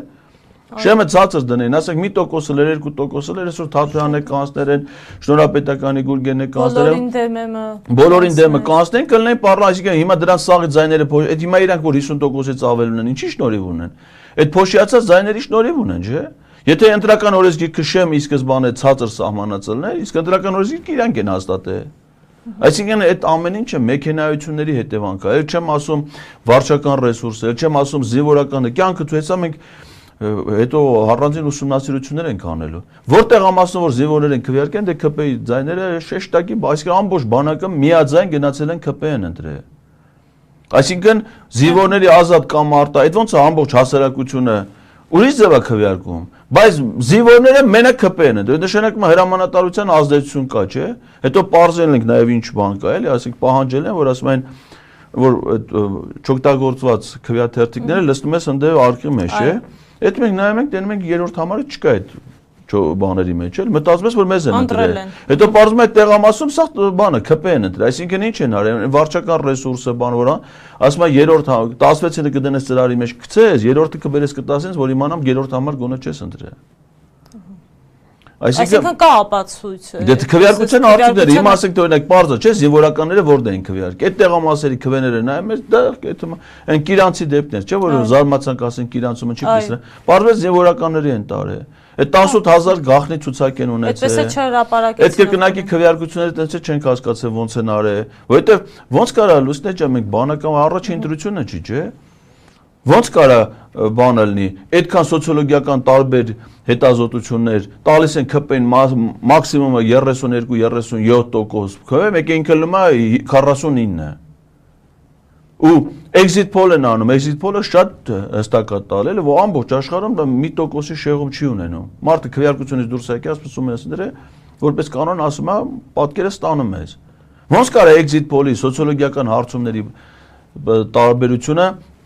այդքան մեծ էլ ընտրությունների արդյունքներից։ Ակնհայտ էր, չէ՞ որ նրանք Երևանում, Գյումրիում, Վանաձորում ձայն չունեն։ Մեկ էլ բնդը Երևանում ոնց դրանց ով անդրե։ Հայդեպ գիտեք նախ ինձ համար քանի որ թեմա բացվեց ապշեցնող էր որ Սյունիքում այսպես ինչ ասեմ եւ ամենաշատ ձայները Սյունիքից են տարել ԿՊԱ-ականները։ Դա արձանագրումներն են, դրա համար մենք ասում ենք որ սա հիմա Կապանում, Քաջարանում։ Հիմա մենք ինչից ձեր հարցը այլ բան էր վերաբերում, մենք ասի բողոքարկել ենք, սկզբից տեղամասել ենք բողոքարկել, հետո բողոքարկեցին կենտրոնական ընտրական հանձնաժողովը իրենց որոշումը որ չեղարկեն։ Չարեցին այդ մենք գնացինք նույնիսկ հավաքվեցինք կենտրոնական ընտրական հանձնաժողովի առաջ պահանջելով կներկայացուցիչները մեր ներսում էին մենք էլ դրսում բայց դե Վահագ Հովակյարի դրանից բան բացատրել Նիկոլ Փաշինյանի օգնականն է սա կյանքը իմիջայլոց ասեմ ես նկատել եմ նա հայերենի տառերից ահագին գիտի ասենք այնպես չի որ բոլորը բայց այն հիմնականները այն առավել գործածվող տառերը գիտի որ կարդում է Տենում ես, որ մի քանիսը չգիտի, բայց այն հիմնականները գիտի։ Գիտես, չէ, 21 թվին է բարձրագույն կրթություն ստացել, պատգամավոր եղած ժամանակ Մովսես Խորենացու անվան համալսարանի իրավագիտության ֆակուլտետի հերրակա բակալավրիատի շրջանավարտ է Վահագը Հովակիմ։ Մինչև այդ չի ստացվել բու հավարտել իր մոտ, ոչ մի կերպ չի ստացվել։ Ու ինքն իրան ընտրել է կենտրոնական ընտրական հանձնաժողովի նախագահ, գիտեք, չէ, այդ մի ձայնն է այլև որոշիչ, որ դառնա Հիմա գնացինք բոնդը բողոքարկեցինք չեղավ։ Հիմա օրենքը հնարավորություն տալիս է սահմանադրական դատարան բողոքարկելու եւ ուժեղ Հայաստանն հայտարարել որ դիմելու է ՍԴ եւ Հայաստան դաշինքն է ասը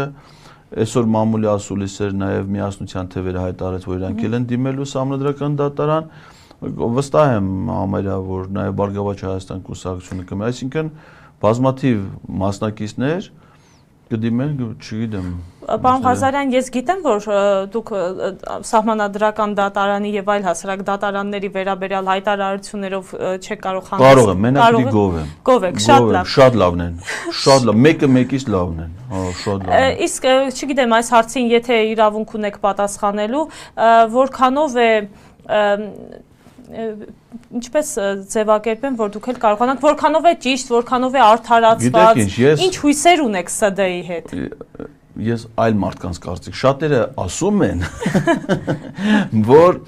այդ սահմանադրական դատարանի որոշումը արդեն պարզ է ինչ ալնելու որովհետև պետք չի մեծ ակնկալիքներ ունենալ մի դատարանից որի գրեթե ամբողջ կազմը ձևավորվել է այս իշխանության ժամանակաշրջանում Ես նույնիսկ մտածում եմ որ այնտեղ կլինեն դատավորներ որոնք իրենք ինքնաբացարկ կհայտնեն ասեն որ իրենք իրավունք չունեն մասնակցելու ընտրական վեճերի քննության ասենք օրինակ Վլադիմիր Վարդանյան որը որ երկու անգամ եղել է չէ, դա ամենայն ես կարծում եմ որ ինքը կգա դատարանում կհայտնի, բացառ ինքնաբացառ կհայտնի, կասի ես շահագրգիռ կողմ եմ, երկու անգամ ինքը ԿՊ-ի համամասնական ցուցակով ընտրվել է ազգային ժողովի պատգամավոր, նախորդող պաշտոնը եղել է ԿՊ-ի կուսակցության, հիմա իրանց կուսակցության վերաբերող հարց է քննա, ինքը ոնց կարա հանդես գա որպես անաչառ դատարան։ Սեդա Սաֆարյան եղել է 21 թվին Շիրինյան Բաբաջանյան դաշինքի պատգամավորի թեկնածու Հիմա եւ Շիրինյանն է կուսակցությունը մասնակցի ընտրություններին եւ Բաբաջանյանը, եթե ինքը ուղիղ քաղաքական շահերով կապված է եղել, ոնց կարա հանդես գա մի վեճի քննությանը, որտեղ այդ կուսակցությունները կողմեր են հանդես գա։ Արտակ Զեյնալյանը, Հանրապետություն կուսակցության Երևանի ավականու ցուցակի առաջի համարն է եղել։ Հանրապետություն կուսակցությունը ԿՊ-ի հետ Հանրապետություն կուսակցությունը մասնակցել է այդ ընտրություններին, ասենք ես կարծում որ ինքը պիտի ասել ես չեմ կարա դատավորները իրավունք ունեն էլ ինքնաբացառ քայլել։ Այդ չեմ ասում մյուսներն էլ չնենք հասկանանք ինչքանով անդեղ օրինական էլ է դա։ Այդ ամենը գիտակցելով վստահաբար շատերը գիտակցում են հասկանում են որքանով է նպատակահարմար դիմել ՍԴ։ Պիտի անցնենք այդ ինստանցիաները նվացի նաև դա նաև լավ առիթ է օրինակ ասենք արձանագրվել են բազմաթիվ ընտրախախտումներ տեսեք Հայաստան դաշինքը տեղամասային հանձնաժողովները բողոքարկում չէր ներկայացրել կայել չէր դիմել եւ ինչ պատճառաբանությամբ իրանք ասում են որովհետեւ իրենց արձանագրած ընտրախախտումները դրանք կրում են համակարգային բնույթ որոնք ազդել են ընտրությունների արդյունքների վրա եւ չեն վերաբերվում ենթադրենք մի կոնկրետ տեղամասին Հետևաբար այդ տիպի ընտրախախտումների մասին բարձրաձայնելու միակ տեղը Սահմանադրական դատ, այսինքն մենք գնում ենք, քանի որ Սահմանադրական դատան ընտրական վեճի հետ կապված նիստերը դրանք բանավոր ընթացակարգով են եւ դեռնբաց, այսինքն դուք էլ հնարավորություն ունեք այնտեղ լուսաբանելու, ուղի եթերով հեռարձակելու, որ մարդիկ տեսնեն, որ մենք երբ որ ասում ենք ընտրախախտումներ են եղել, որոնք են այդ ընտրախախտումները, շատ առարկայորեն, այսինքն ըստ էության դա ոչ միայն հնարավորություն է դատարանին դա ներկայացնելու, այլ դատարանին ներկայացնելով օգտագործում ենք այդ առիթը հանրությանը ներկայացնելու կոնկրետ ամբողջ աշխարհն է չէ նայելու որ եթե մենք ասում ենք ամբողջ աշխարհ շնորհավորում եք հələ ընտրություն չի ավարտվել սաղը արդեն շնորհավորել եք բա որ դատարանն է մարդ ես մեկ է տեսար որոշում կայացրել ընտրությունները չեղարկում են նոր քվեարկություն են դնում նոր քվեարկության նիկոլ չի անցնում դուք արդեն շնորհավորել եք բա մենք ինչ ենք անելու ելան խայտարակ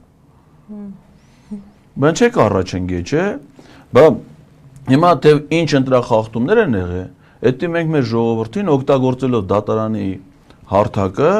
այնտեղ հանդես գալու հնարավորությունը, պիտի մանրամասն այնտեղ գալու է, չէ, բնականաբար անցած անգամ եղել է, կարծում հիմա էլ կլինեն։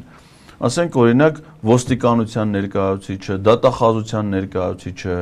բայց մենք հələ պիտի մի հատ գլխավոր դատախազի ներկայացուցիչին հարցնենք, ասենք, այսքան որ ձայնագրություններ եք անում հրա, նախաքննական գաղտնիք է, չէ, ձայնագրությունը։ Ինչ եք հրապարակում։ Եթե ասենք դուք նպատակ չեք ունեցել հակաքարոզչություն իրականացնել, քաղաքական ֆունկցիա անել։ Նախաքննություն ձեռքից բերել տեղեկություններ, ուրիշ ժամանակ մեր վերաբերող գործերին, ես որ ծեծել են, գնում եմ ասում եմ տեսագրությունը հրապարակեք, չասում եմ գաղտնիքա չեմ հրապարակ։ Բա որ ձայնագրությունը, տեսագրությունը գաղտնիքներ են։ Էսի ոնց է ժամ 10-ի մտնում եք ուժեղ Հայաստանի գրասենյակ, ժամը 12-ին արդեն հմեկով ցույց են տալի, CV-կով ցույց են տալի։ Կամ մարդը փորձում է սահմանահատել Հա Եթե մեզ ասենք նկար, այդ ինչ մի բան է, ասենք ինչ ես արել, մատ բացատրի, հանրային ծառայող ես, չէ՞։ Արել ես դա, ինչի ես արել։ Կամ այսքան որ ասում ես ձայնագրությունները, այդ ինչի ես մենակ գնացեք ըպե ուժեղ Հայաստանին։ Օրինակ մի հատ բեր լսենք տենանք հələ Արմավիրի մարզպետի ձայնագրությունները, լսենք տենանք այն ինչա խոսում իր ենթակաների հետ, համայնքի ղեկավարների հետ։ Բա Արման Թաթոյանը հələ կոնկրետ Փաստով ցույց է տալի ձայնագրություն, սկրինշոթները, որ քոլեջի տնօրենը, ուսուցիչներին, քոլեջի ուսանողներին ուղղորդում է, ասում է հավաք կա, վարչապետ գալիս է պիտի այդանք, այն դպրոցի տնօրենները, դրոշները, երեխեքը պահած, բայց դրանցն չի ընթաշեք տվել։ Նույն բանը չի, հավաքին ապօրինի մասնակցություն ապահովել։ Բայց այդ ոնց է գնացեք կպել եք ուժեղ Հայաստանին, դրանց չէ, բայց իրանք այդ հարցերին էլ պիտի պատասխանեն, չէ։ Ուզում ասեմ, այդ Սահմանադրական դատարան դիմելը ոչ միայն լեգիտիմ ակնկալիք է որոշում ստանալու, այլ նաև հարթակը հնարավորություն է այդ փաստերը ամենայն մանրամասն, ասենք բանը հեռուստատեսության հանձնաժողովի նախագահ գալու է, միշտ գալու է։ Ես օրինակ կարամ, չէ՞ իրան հարցնեմ, ասեմ, կարաս ինձ ասես, Պետրոսյանի իմ հարցազրույցն չի 28 րոպե տևել, Նիկոլ Փաշինյանինը տևել է մի ժամից ավել։ Ինչի է Նիկոլ Փաշինյանին եղել քարոզարշավի վերջին օրերի վերջին վայրկյաններին։ Եթե մնացած բոլոր որոշումները կայացնում էիք կենտրոնական ընտրական հանձնաժողովի քաշած թվերով, չէ՞։ Առաջինը կանչեիք ռեֆորմիստներին, երրորդը կանչեր Թոպետրոսը, ինձ 16-ը կանչեր Նիկոլին, վերջի օրը կանչեր Էդմոն Մարուկյանին։ Տրամաբանություն է դեր ուժում, չէ՞, վերջի համարն ինքն էր 19-ը։ Նիկոլինը չես վերջինը կանչ, ասենք քարոշական ակորդ ես անում։ Ինչես իրան ավելի շատ ժամանակ տրամադրել։ Խախտում է, չէ՞, որտեվ ասում պիտի հավասար տաս, չէ՞, եթե դրա ժամանակ։ Բորիս Մորազինը 18 րոպե է ընդամենը Պետրոսի հարցազրույցը։ Լավ, պարոն Ղազարյան, տեսեք, մեր ընդդիմադիր հայացքներ ունեցող մեր հայրենակիցների մեծամասնությունը շատ մեծ հույսեր են կապում ուժեղ Հայաստանի հետ։ Եվ քանի որ մենք անընդհատ հարցնում էինք ձեր պլանների մասին, ասում էինք հաջորդ վարչապետը լինելու է Սամվել Կարապետյանը։ Այսօր ունենք մի պատկեր, որ հաջորդ վարչապետը Սամվել Կարապետյանը չէ։ Բա ով է։ Հաջորդը էլ է Սամվել Կարապետյանն ալելու, բա ով ալելու։ Այս 31 մնացել է, Նիկոլը մնացել է, որովհետև, չէ՞, 31, ով ասի 30։ Նիկոլը մնացել է, որովհետև ապօրինի իշխանությունը զավթել է։ Սես թե հենց հաջորդը լինելու է Սամվել։ Մենք մեծ ակնկալիք ունեինք, որ Սամվել Կարապետյանը վարչապետ կներ այո, ընտրություններից հետո։ Բայց չեղավ։ Ընդ որում ինչի՞ց ունենք այդ ակնկալիք, մենք գեյ չէինք։ Մենք տեսնում էինք, մենք հասարակության հետ, իսկի բանը Արման Բաբաջանյանը չէր ասում հաջորդ վարչապետը ես եմ ելնելու, չէ՞։ Ինքն էլ գեշ չէր, ինքն էլ էր հասկանում, որ ինքը այս ընտրությունների մասնակցելով վարչապետ չի լինելու։ Ինքը ասում էր մենք գալիս ենք ոչ թե իշխանությանը փոխենք, այլ ընդդիմությանը փոխենք, չէ՞։ Որովհետև հասկանում էր Չնայած դա լավ չէր հասկացել, էլի, որովհետև մի տոկոսանոց տեսփան պետք է չասի, էլի, մեկ կար, նույնիսկ չգիտեմ։ Կարծում եմ չէ։ Չպետք է ո՞ր ստիլեր։ Բայց մենք տեսնում ենք մարդիկ էլ են, չէ, վստահ ասում են, սրանք սուտ չեն, տենում են այդ հանրահավաքները, մեր հանդիպումները, անverջ ամեն մեկն իր շրջապատում մարդիկ ունի խոսում են, ասում են, հնարավոր է որ։ Իսկ մեզնից գողացվել է այս ընտրությունը։ Մենք ունենք այո այդ վստահությունը եւ այդ վստահությունը պատրանք չէր, այդ վստահությունը ոնց չէր, այտենց երազանք չէր, օթի մեջ չէր, հնարած չէր, դա կար, այդ իրական էր։ Հիմա որ ապօրինությունա տեղ ունեցե, զանգվածաբար խախտումներ են եղել, գողացվել է իշխանությունը, մեր ժողովրդի մեր քվեն գողացվել է։ Մենք ինչա պիտի ես օրինակ չեմ հաշտում այդ իրականության հետ, շարունակում ենք պայքար, այո, կպայքարենք եւ հաջորդ վարչապետը կլինի Սամվել Կարապետյանը։ Դա պետք է լինի հնարավորինս շուտ։ Հիմա տեսեք, շատ լավ, խնդիր չեմ տեսնում, բայց ասում են, եթե դուք հիմա վերցնում եք մանդատները, նշանակում է, չնայած ասում եք, որ այս ընտրությունները եղել են բազմաթիվ ընտրախախտումներով, կեղծիքներով, եթե վերցնեք ձեր մանդատները, նշանակում է դուք լեգիտիմացնում եք այս ընտրությունները, ինչ կարծիք ունեք։ Լուսնե ջան, նայեք, նախ մանդատների վերաբերյալ մենք դեռ որոշում չունենք։ Չէ, ես եթե եմ ասում, եթե։ Այդ եմ ասում, հիմա կենտրոնական ընտրական հանձնաժողովի այդ որոշումը ՍԴ-ն հələ ուրբաթ օրը պետքա դիմումները ներկայացվի, 15 օրյա ժամկետում է դիմում ստանալուց դրանք պիտի որոշում կա։ Այդ գնաց արդեն մի 20 օր այդ հարցը ակտուալություն չունի։ Եթե մնանք այն վարկածին, որ կմնա անփոփոխ, պիտի հասնի մանդատների բաշխելը, նոր այդ հարցով մենք պիտի որոշենք, եթե մենք մանդատ վերցնելու թե չէ։ Նայեք, եթե իրավական համակարգ օրենսդրությունը այնպես նախատեսեր, որ եթե մենք համատարած մանդատներից հրաժարվեինք, դա կհանգեցներ իրավական ճգնաժամի եւ պետք է կազմակերպեր նոր ընտրություն, այստեղ քննարկելու հարց վստահ եմ չէր լինելու 100% ուժեղ Հայաստանը մանդատները դնել, վստահ եմ Հայաստան դաշինքներ դնելու, որպեսզի գնային արտահերթ ընտրության։ Բայց այդպես բան չի լինելու։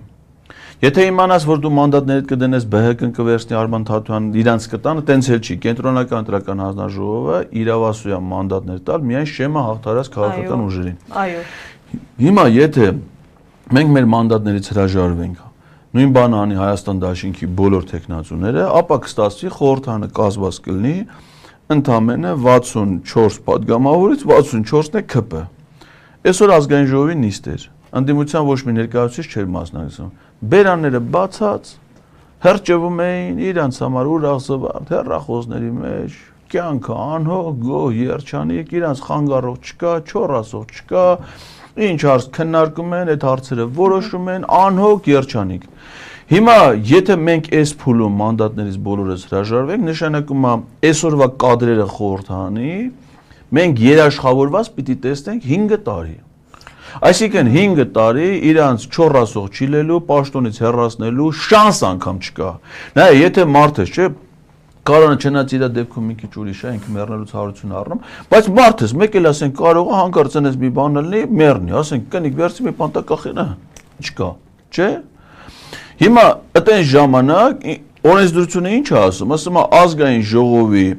խմբակցությունները պետք է առաջադրեն վարչապետի տեխնացու, չէ։ Եթե ազգային ժողովի խմբակցություն չկա, ուրեմն էդի չի կարա ինքը տեխնացու առաջադրի։ Այսինքն բոլոր գործիքը մինչև այդ կարած ենթադրենք ազգային ժողովը կարա անդիմությունը ստեղծի քննիչ հանձնաժողովներ։ Եթե կոնկրետ հարցեր ուսումնասիրի, բեր ժողովրդին ասի, նայեք, այն որ ձեզ ասում են 300 դպրոց 500 մանուկ, այսա չի իրականությունը։ Բացի դրանից որ չեն արել դնել, հիմա չեմ կարող ասեմ, էլ ինչա, պիտի ուսումնասիրություն։ Բայց բոլոր այդ խնդիրները, սրանց կեղտերը պետք է հանվի ջրերից, չէ՞, մարդիկ որ այսքան հավատացել են սրանց, նույնիսկ իր հավատաց պիտի ասես, այ ախպեր, արի նայ տես ինչա արես ա։ Եթե դու կարաս անես մենակ մի դեպքում, եթե դու ներսն ես։ Օրինակ ես ետում եմ հիմա ազգային ժողովի ընդունարանում, սպասում եմ դուք եք եկելու սա բանը։ Գալիս այն աղջիկն ասում է պարոն Ղազարյան, չգիտեմ, ասենք Լիլիթ Մարտիրոսյանը ձեզ չընկերման ձեզ չի ցանկանում ընդունի, չէ՞, ես թողնում եմ դատախազություն հաղորդում եմ։ Բա եթե շենքում եմ Լիլիթ Մարտիրոսյանը կարանձի չընդունի, իսկ ձեր ասած անա, այսինքն դա նորից եմ ասում, սա ոչ թե որոշում եմ ասում, այլ ասում եմ տարբերակները, որ դեպքում ինչ է ալնում։ Եթե դու վերցնում ես ռիսկերը ինչու՞մ է, երկու բան են մեր ընտրողները ընդդիմադիր, որոնց հետ մենք հարգանքով ենք իրանց կարծիքին, բայց փորձում ենք պարզաբանել, ի վերջո միասին պիտի որոշենք հասկանանք։ Հիմա ասեք իմ մանդատ ես չունեմ, հիմա չունեմ, չէ՞։ Իսկ կարանք 2 ամիս հետո չունենամ, էլ ինչ տարբերություն է, դրանից ի՞նչն է փոխում։ Տիտրը կես ժամ մենակ գրում եք թե ով է։ Չէ, ասե հիմա է հեշտացել։ Հիմա է հեշտացել։ Դե հիմա նույնը մնացածն էլ էլի մարդիկ են էլի, իրանց մեր հիմիկվա ուժեղ Հայաստանի մեր ցուցակից ոչ մեկ падգամավոր չի։ Եթե Հայաստան դաշինքում կան падգամավորներ, մեր ցուցակից ընդհանրապես падգամավոր, կարանք նաև հետո չլինենք, չէ՞, մարդիկ ամեն մեկը միտեղ աշխատում են նորմալ իրանց Այդ խնդիրը այդ անձնական հարթությունում չի։ Խնդիրը ֆունկցիոնալ իմաստով, հետագա պայքարի իմաստով։ Այսինքն եթե մեր նպատակը նաև մեր ընտրողների, մեր ինքներս Նիկոլ Փաշինյանին հեռացնելն է, նրան իշխանությունից հետագա հեռացնելու պայքարի իմաստով, ճիշտը ո՞րն է այդ պիտի անենք։ Եթե ճիշտ է նորից փողոցում մնալն է պատերի տակ մնալը, պիտի նայենք պատերի տակ։ Նաև փորձ պիտի նայենք, ուրիշ տեղեր ոնց է ել, չէ՞, մարդիկ մեզ ինչ են ասում, ով որ ասում, մանդատ մի վերցեք, դուրս եկեք փողոցային պայքարի։ Ասում եք շատ լավ։ Կիրակի օրը գնացել են կենտրոնական ընտրական հանձնաժողով փողոցային պայքարի։ 10 օրից ո՞ր մեկն էր եկել։ Այդ փողոցային պայքարը ինքը պիտի լինի, չի ասենք, լավ, ստե քիչ էին եկել, Վրաստանում էլ շատ էին եկել։ 400,000 մարդախոհ քիչ չի, դուս են չէ եկել փողոց։ Շվարցնեգերը նմաներ ինչ վերից ասես կրակում են սայլուտներն իրար վրա։ Հետո բանի հասան։ Վրաստանում այդ ինչ որ հիմա ասում են ընդե արել են, Վրաստանում բոլոր ընդդիմադիրները մանդատներից հրաժարվել են։ Այո։ Հիմա ոչ մեկը մանդատ Արևմուտքի աջակցություն։ Արևմուտք ասած հրաժարվեք, դրանք է հրաժարվան։ Հիմա Բիձինա Իվանիշվիլի կուսակցություն մենակ պարլամենտում նստած 5 տարի դրանց բան։ Բայց պարոն Ղազարյան, մեր դեպքում օրենքն ասում է ազգային ժողովը պետք է կազմված լինի առնվազն 101 падգամավորից։ Ես էլ եմ օրինակ այդ հարցը ես էլ եմ դրա կողմնակիցը, Իսա Գուլյանն էլ ենք մենք շատ քննարկել, դա ողջամիտ բան է, որ ասում է առնվազն 101 падգամավոր, որում չի ասում ընտրության պահին 101։ Միշտ պիտի 101 լինի։ Հիմա եթե մենք սաղս հրաժարվենք Պատգամավորները մնան 64-ը, ասում է 64-ը 101-ից պակաս է, նշանակում է դե պարլամենտ չկա։ Այո։ Էդի կարծում եմ քննարկման ողջամիտ մոտեցում է։ Բայց ինչ են ասում մյուս իրավաբանները, որոնք նաև որոշում կայացնողներն են։ Օրինակ ասենք կենտրոնական դրական հանձնաժողով, ասում է ճիշտ է, գրած է 101-ից ավել։ Ես ընտրությունների արդյունքում որոշում եմ կայացրել 105 մանդատ բաշխելու վերաբերյալ։ Այսին որոշում է 105 մանդատի 101-ից ավել։ Հիմա որ դու Ղազարյան Էդգարն ես, դիմում ես գել ես, ասում ես ես չեմ ուզում դառնամ падգամավոր։ Կարապետյան Նարեկն էլ է գրել, Վարդևանյան Արամն էլ է գրել, Մելոյան սաղը գերեք չեք ուզում դառնալ, իմ մեղքը որն է։ Ես խախտում որտե արեցի։ Հասկանում ես, խնդրեմը ստեղ է գալի։ Ես նորից եմ ասում, եթե դրա իրավական հետևանքը լիներ, բացեր կան այնուամենայնիվ։ Հա, եթե դրա իրավական հետևանքը լիներ, այո, որ պարլամենտը 64-ը 101 չուրեմ պիտի գնանք արա, դա մենք իսկի չէինք քննարկել, հիմա օրինակ քննարկում ենք, չէ՞, լավը որ նավա։ Այդ դեպքում իսկի քննարկելու հարց չէր առաջանա, անպայման պետք էր գնալ այդ քայլին ու գնալ նոր ընտրության։ Բայց եթե դա չի լինելու, հիմա զում հասկանամ, Ալեն Սիմոնյանի Երազանյանը սաղ նստած ասում է՝ «Մի եկեք, հա, դրանք հասկանում է, չէ՞, ասենք մեր ընդ գնալ է ինչ ալելու»։ Կարող է իրենք իր կենթանության օրոք դժոխքը տենա, չէ՞ իր աշկեր, դժոխքն ինչ է։ Բայց դա էլ է կարևոր, որովհետեւ մեռնելուց հեշտ է։ Շատ ցանկալի է, որ այն մարդիկ, ովքեր ձայն են տվել մասնավորապես ուժեղ Հայաստանին, նաև իմ հարազատները, ես բաց էի, բայց կարող եմ հստակ ասել, որովհետև մեծ աջակցություն եւ հավատ ունեին, ասում են հանկարծ այնպես չստացվի, որ գնան հերթական ընդդիմությունն աշխատեն Նիկոլ Փաշինյանի մոտ։ Դա ստանդարտ sense արդեն այս կաղապարային ձևակերպումները դա ոչ մի պարագայում չի կարող լինի, որովհետև ինչ է ասում մեր սահմանադրությունը։ Ասում է ազգային ժողովի ամեն մի падգամավոր, անկախ դրանից ինքը որ կուսակցությունով է ընտրվել, որ համարն է եղել, եթե ընտրվար падգամավոր, այլևս ներկայացնում է ողջ ժողովրդին, ասում է падգամավորը անհատը։ Ու կապ չունի իրան ընտրել են, չեն ընտրել, եթե մարդը ստացավ падգամավորի մանդատ, ինքը պիտի հասկանա, որ ինքը անհատապես ներկայացնում է ողջ ժողովրդին, հանդես է գալիս ինքնուրույն падգամավորի պաշտոնը, ինքնավար քաղաքական պաշտոնը։ Ինքնուրույն է հանդես գալի իր սեփական խղճով համոզմունքների ձեր, այսինքն եթե դու ընդ падգամավոր, դու ընտրվել եք падգամավոր։ Ձեր համար կապ չունի, ես էլ եմ ընդ падգամավոր, ես ընդ падգամավոր չեմ, ընդ ԿՊԿ չկա, այսօր կան, վաղը չկան։ Մարդն չէ կարող է, սաղորը քեֆ են հետո, մի օր այդան անկա բան ուտեն, ասենք չգիտեմ ինչ էլ ասես ուտում են, դրանց տեսել ես, ինչ դնում ես դեմներ ուտում են։ Կարող է ուտեն, ասենք անտեր տեսակի ցավը կպնի սաղին, այդան չոր։ Հիմա ասենք իմ համար ինչ նշանակություն է դրանք ուր են, կերան, չկերան, որ օրինակ հիմա Փաշինյանը խաշլաման ուտում է, ոսկորներ դնում է Պապիկյանի դեմը։ Հիմա ուտում է դա չի, իմ համար ինչ նշանակություն ունի, չէ՞։ Եթե ես ֆունկցիա ունեմ իմ ընտրողների ծառայից, մեր ընտրողների տարբերությունը իրանց, եթե իրանք կեղծիքներով են ընդ հայտնվել,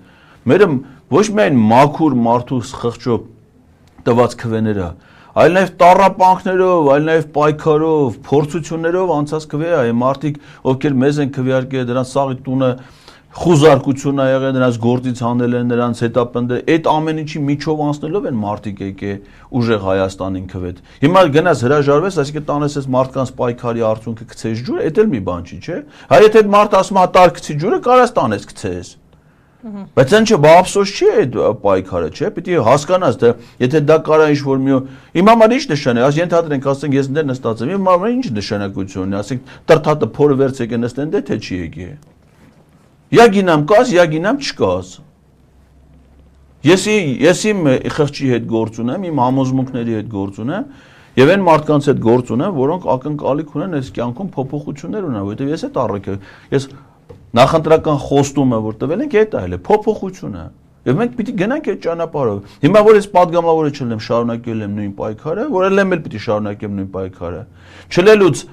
ուրիշ կարգավիճակ ունես, լելուց ուրիշ կարգ։ Հիմա պիտի նայես որ կարգավիճակով է, ճիշտ պայքարը շարունակել։ Պարոն Ղազարյան, այսպես քմծիծաղ էին տալիս, ասում էին դե փոփոխություններ, ասում էիք փոփոխությունները գալիս են, փոփոխությունները չեկան։ Կառավարության նիստ էիք գումարում, ինչ կառավարության հաջող։ Այդ կառավարության նիստերը ավելի շատ հարց է քննարկում կան Նիկոլ Փաշինյանի։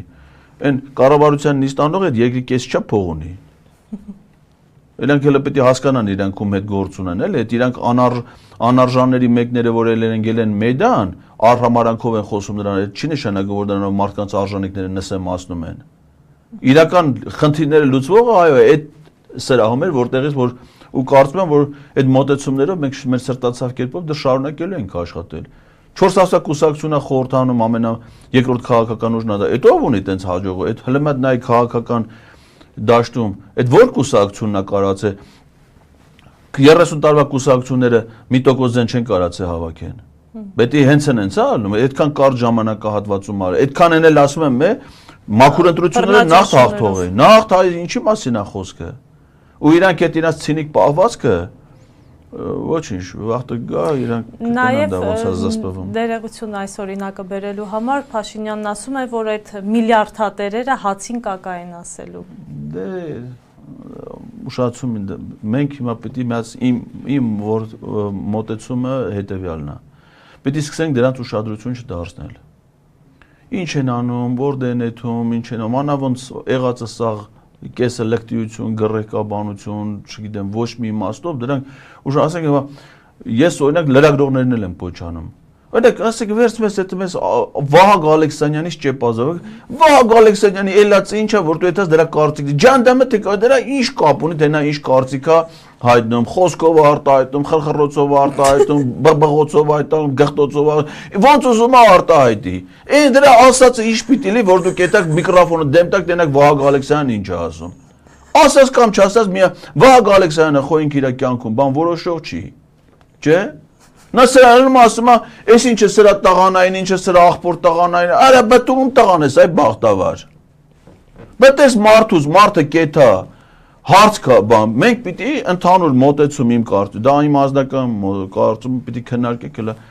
Ընդհանուր մոտեցում պիտի լի մեր հասարակության, դրանց ուշադրություն, Նիկոլ Փաշինյանը տենց է, ջանդամն ասի, դե հիվանդ մարդ հիմա տենց ասում։ Բայց դրանք խելքները ստանք դրա խելքին։ Մեր նպատակը պետք է լինի այդ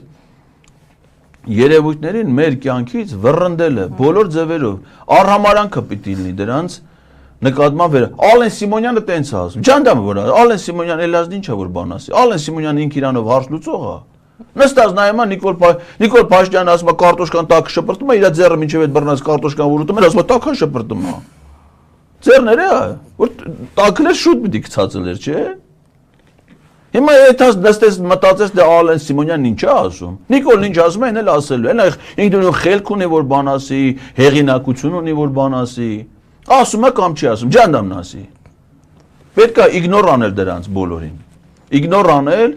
Նա էլ մեր պետության շահը, մեր ժողովրդի շահը եւ բոլոր որոշումները դրանով կայացնել։ Եվ ես հասկանում եմ մեր ժողովրդին, որովհետեւ այդ բանը ձևավորվել էր, սպասում եմ, որ օթից չէր էլի, մարդիկ տենում են հույս կար էլի, որ այս փոփոխությունը հիմա կարա լինի։ Հիմա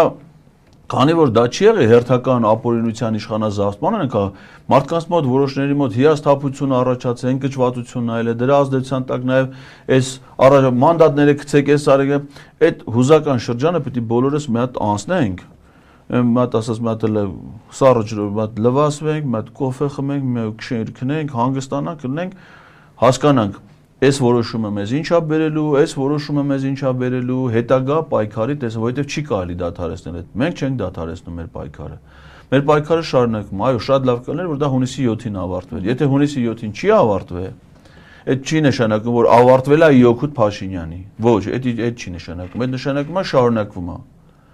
Մեզ մեր հաջողությունը դեռ առաջիկայում է եւ դա պիտի հասնենք միասնական ջանքերով։ Հիմա Հիկմետ Հաջիևը ընտրություններից անմիջապես հետո եկավ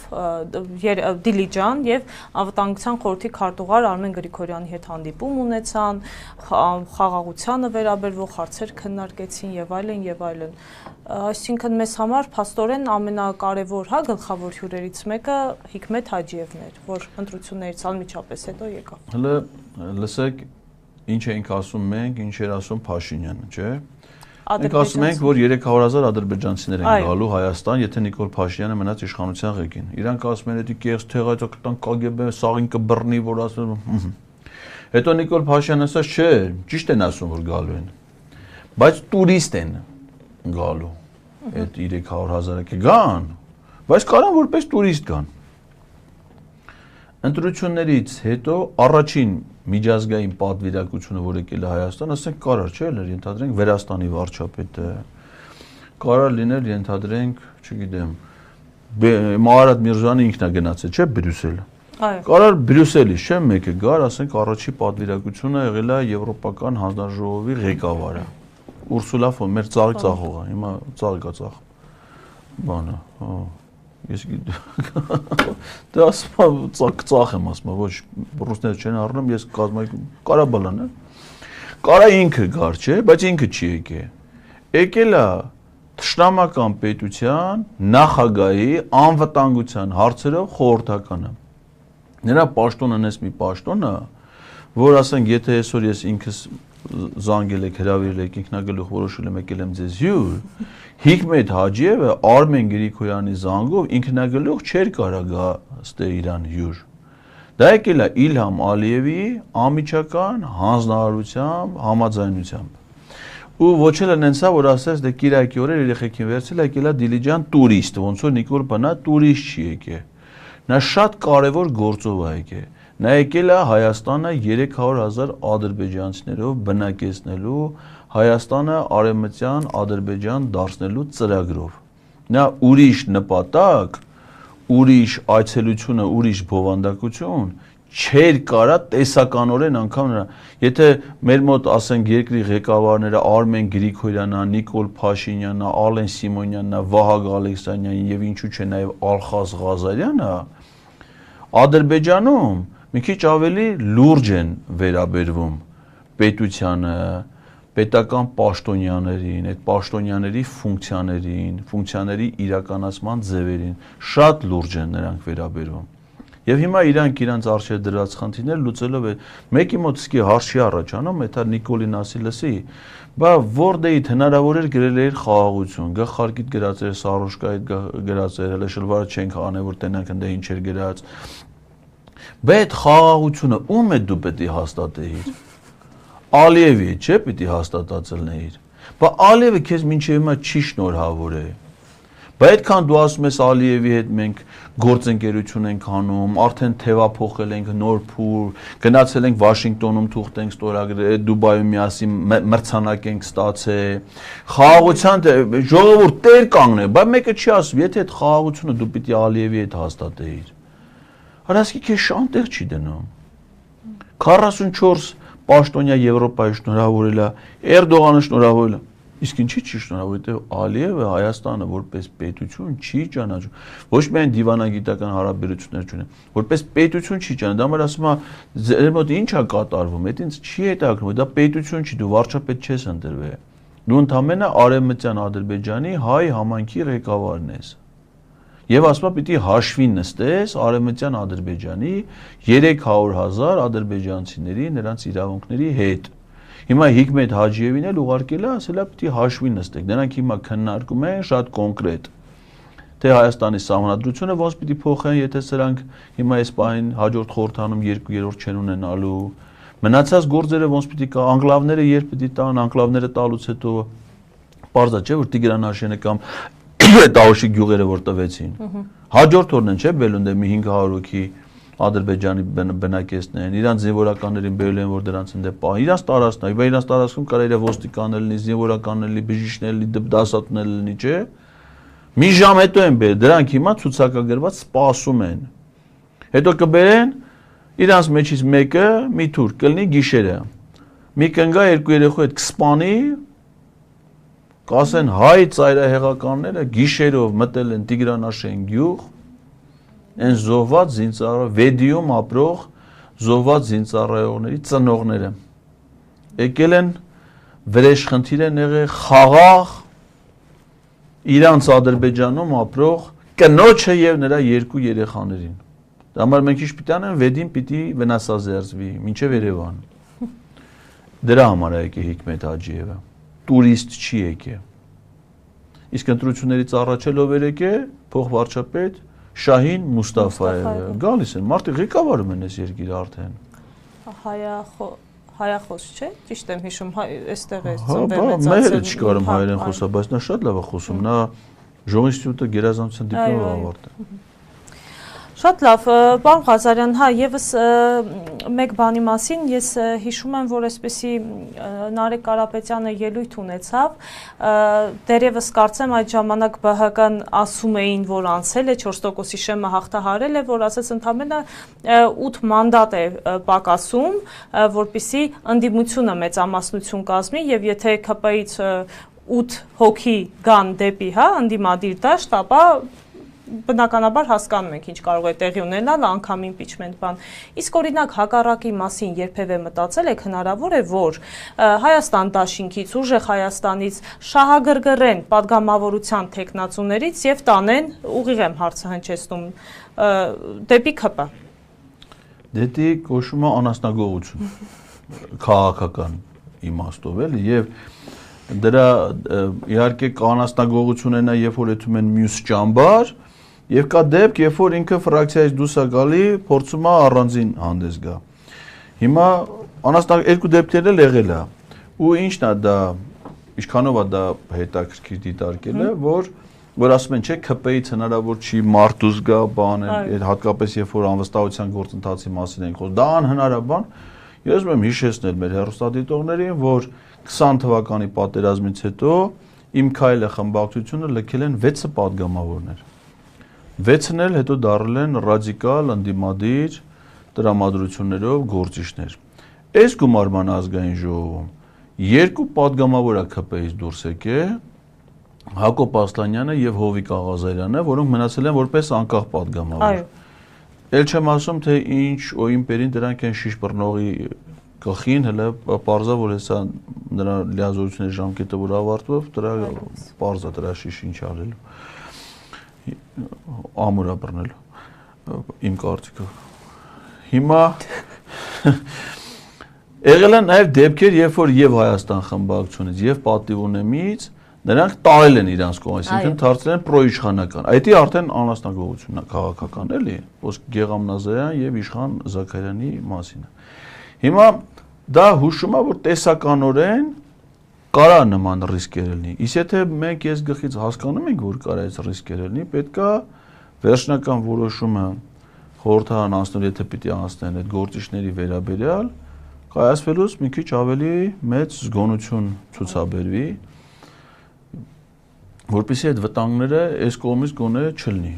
Իսկ այն կողմից այո, Նարեկի ասածը շատ տրամաբանական է, որովհետև եթե անվստահության գործընթացի ժամանակ պետք է 18 падգամավորի մասնակցություն այս գործին, հիմա անհամեմատ ավելի քիչ։ Որովհետև եւ ընդդիմադիր, եթե նախորդ հիմիկվա գործողը 1/3 է ընդդիմությունը, հիմա 40% է, սա մեկ, երկրորդ իրանցն է ավելի քիչ, բայց դա հետագայի հարց է եւ որովհետև 1 տարի առնվազն այդ հարցը չի կարա քննարկման առարկա դառնալ խորհրդանը ձևավորվելուց հետո, բայց բնականաբար հիմա մեզ մենակ անվստահությունը չի, ստե նաեւ կարա նաեւ հրաժարական լինի, չէ՞, չեմ ասում այդ կնգա այդ միջադեպը որ կարա լինի, կարա լինի, հիմա մանավանդ դրական կնգանից ամեն ինչ է սպասելի։ Սպասենք։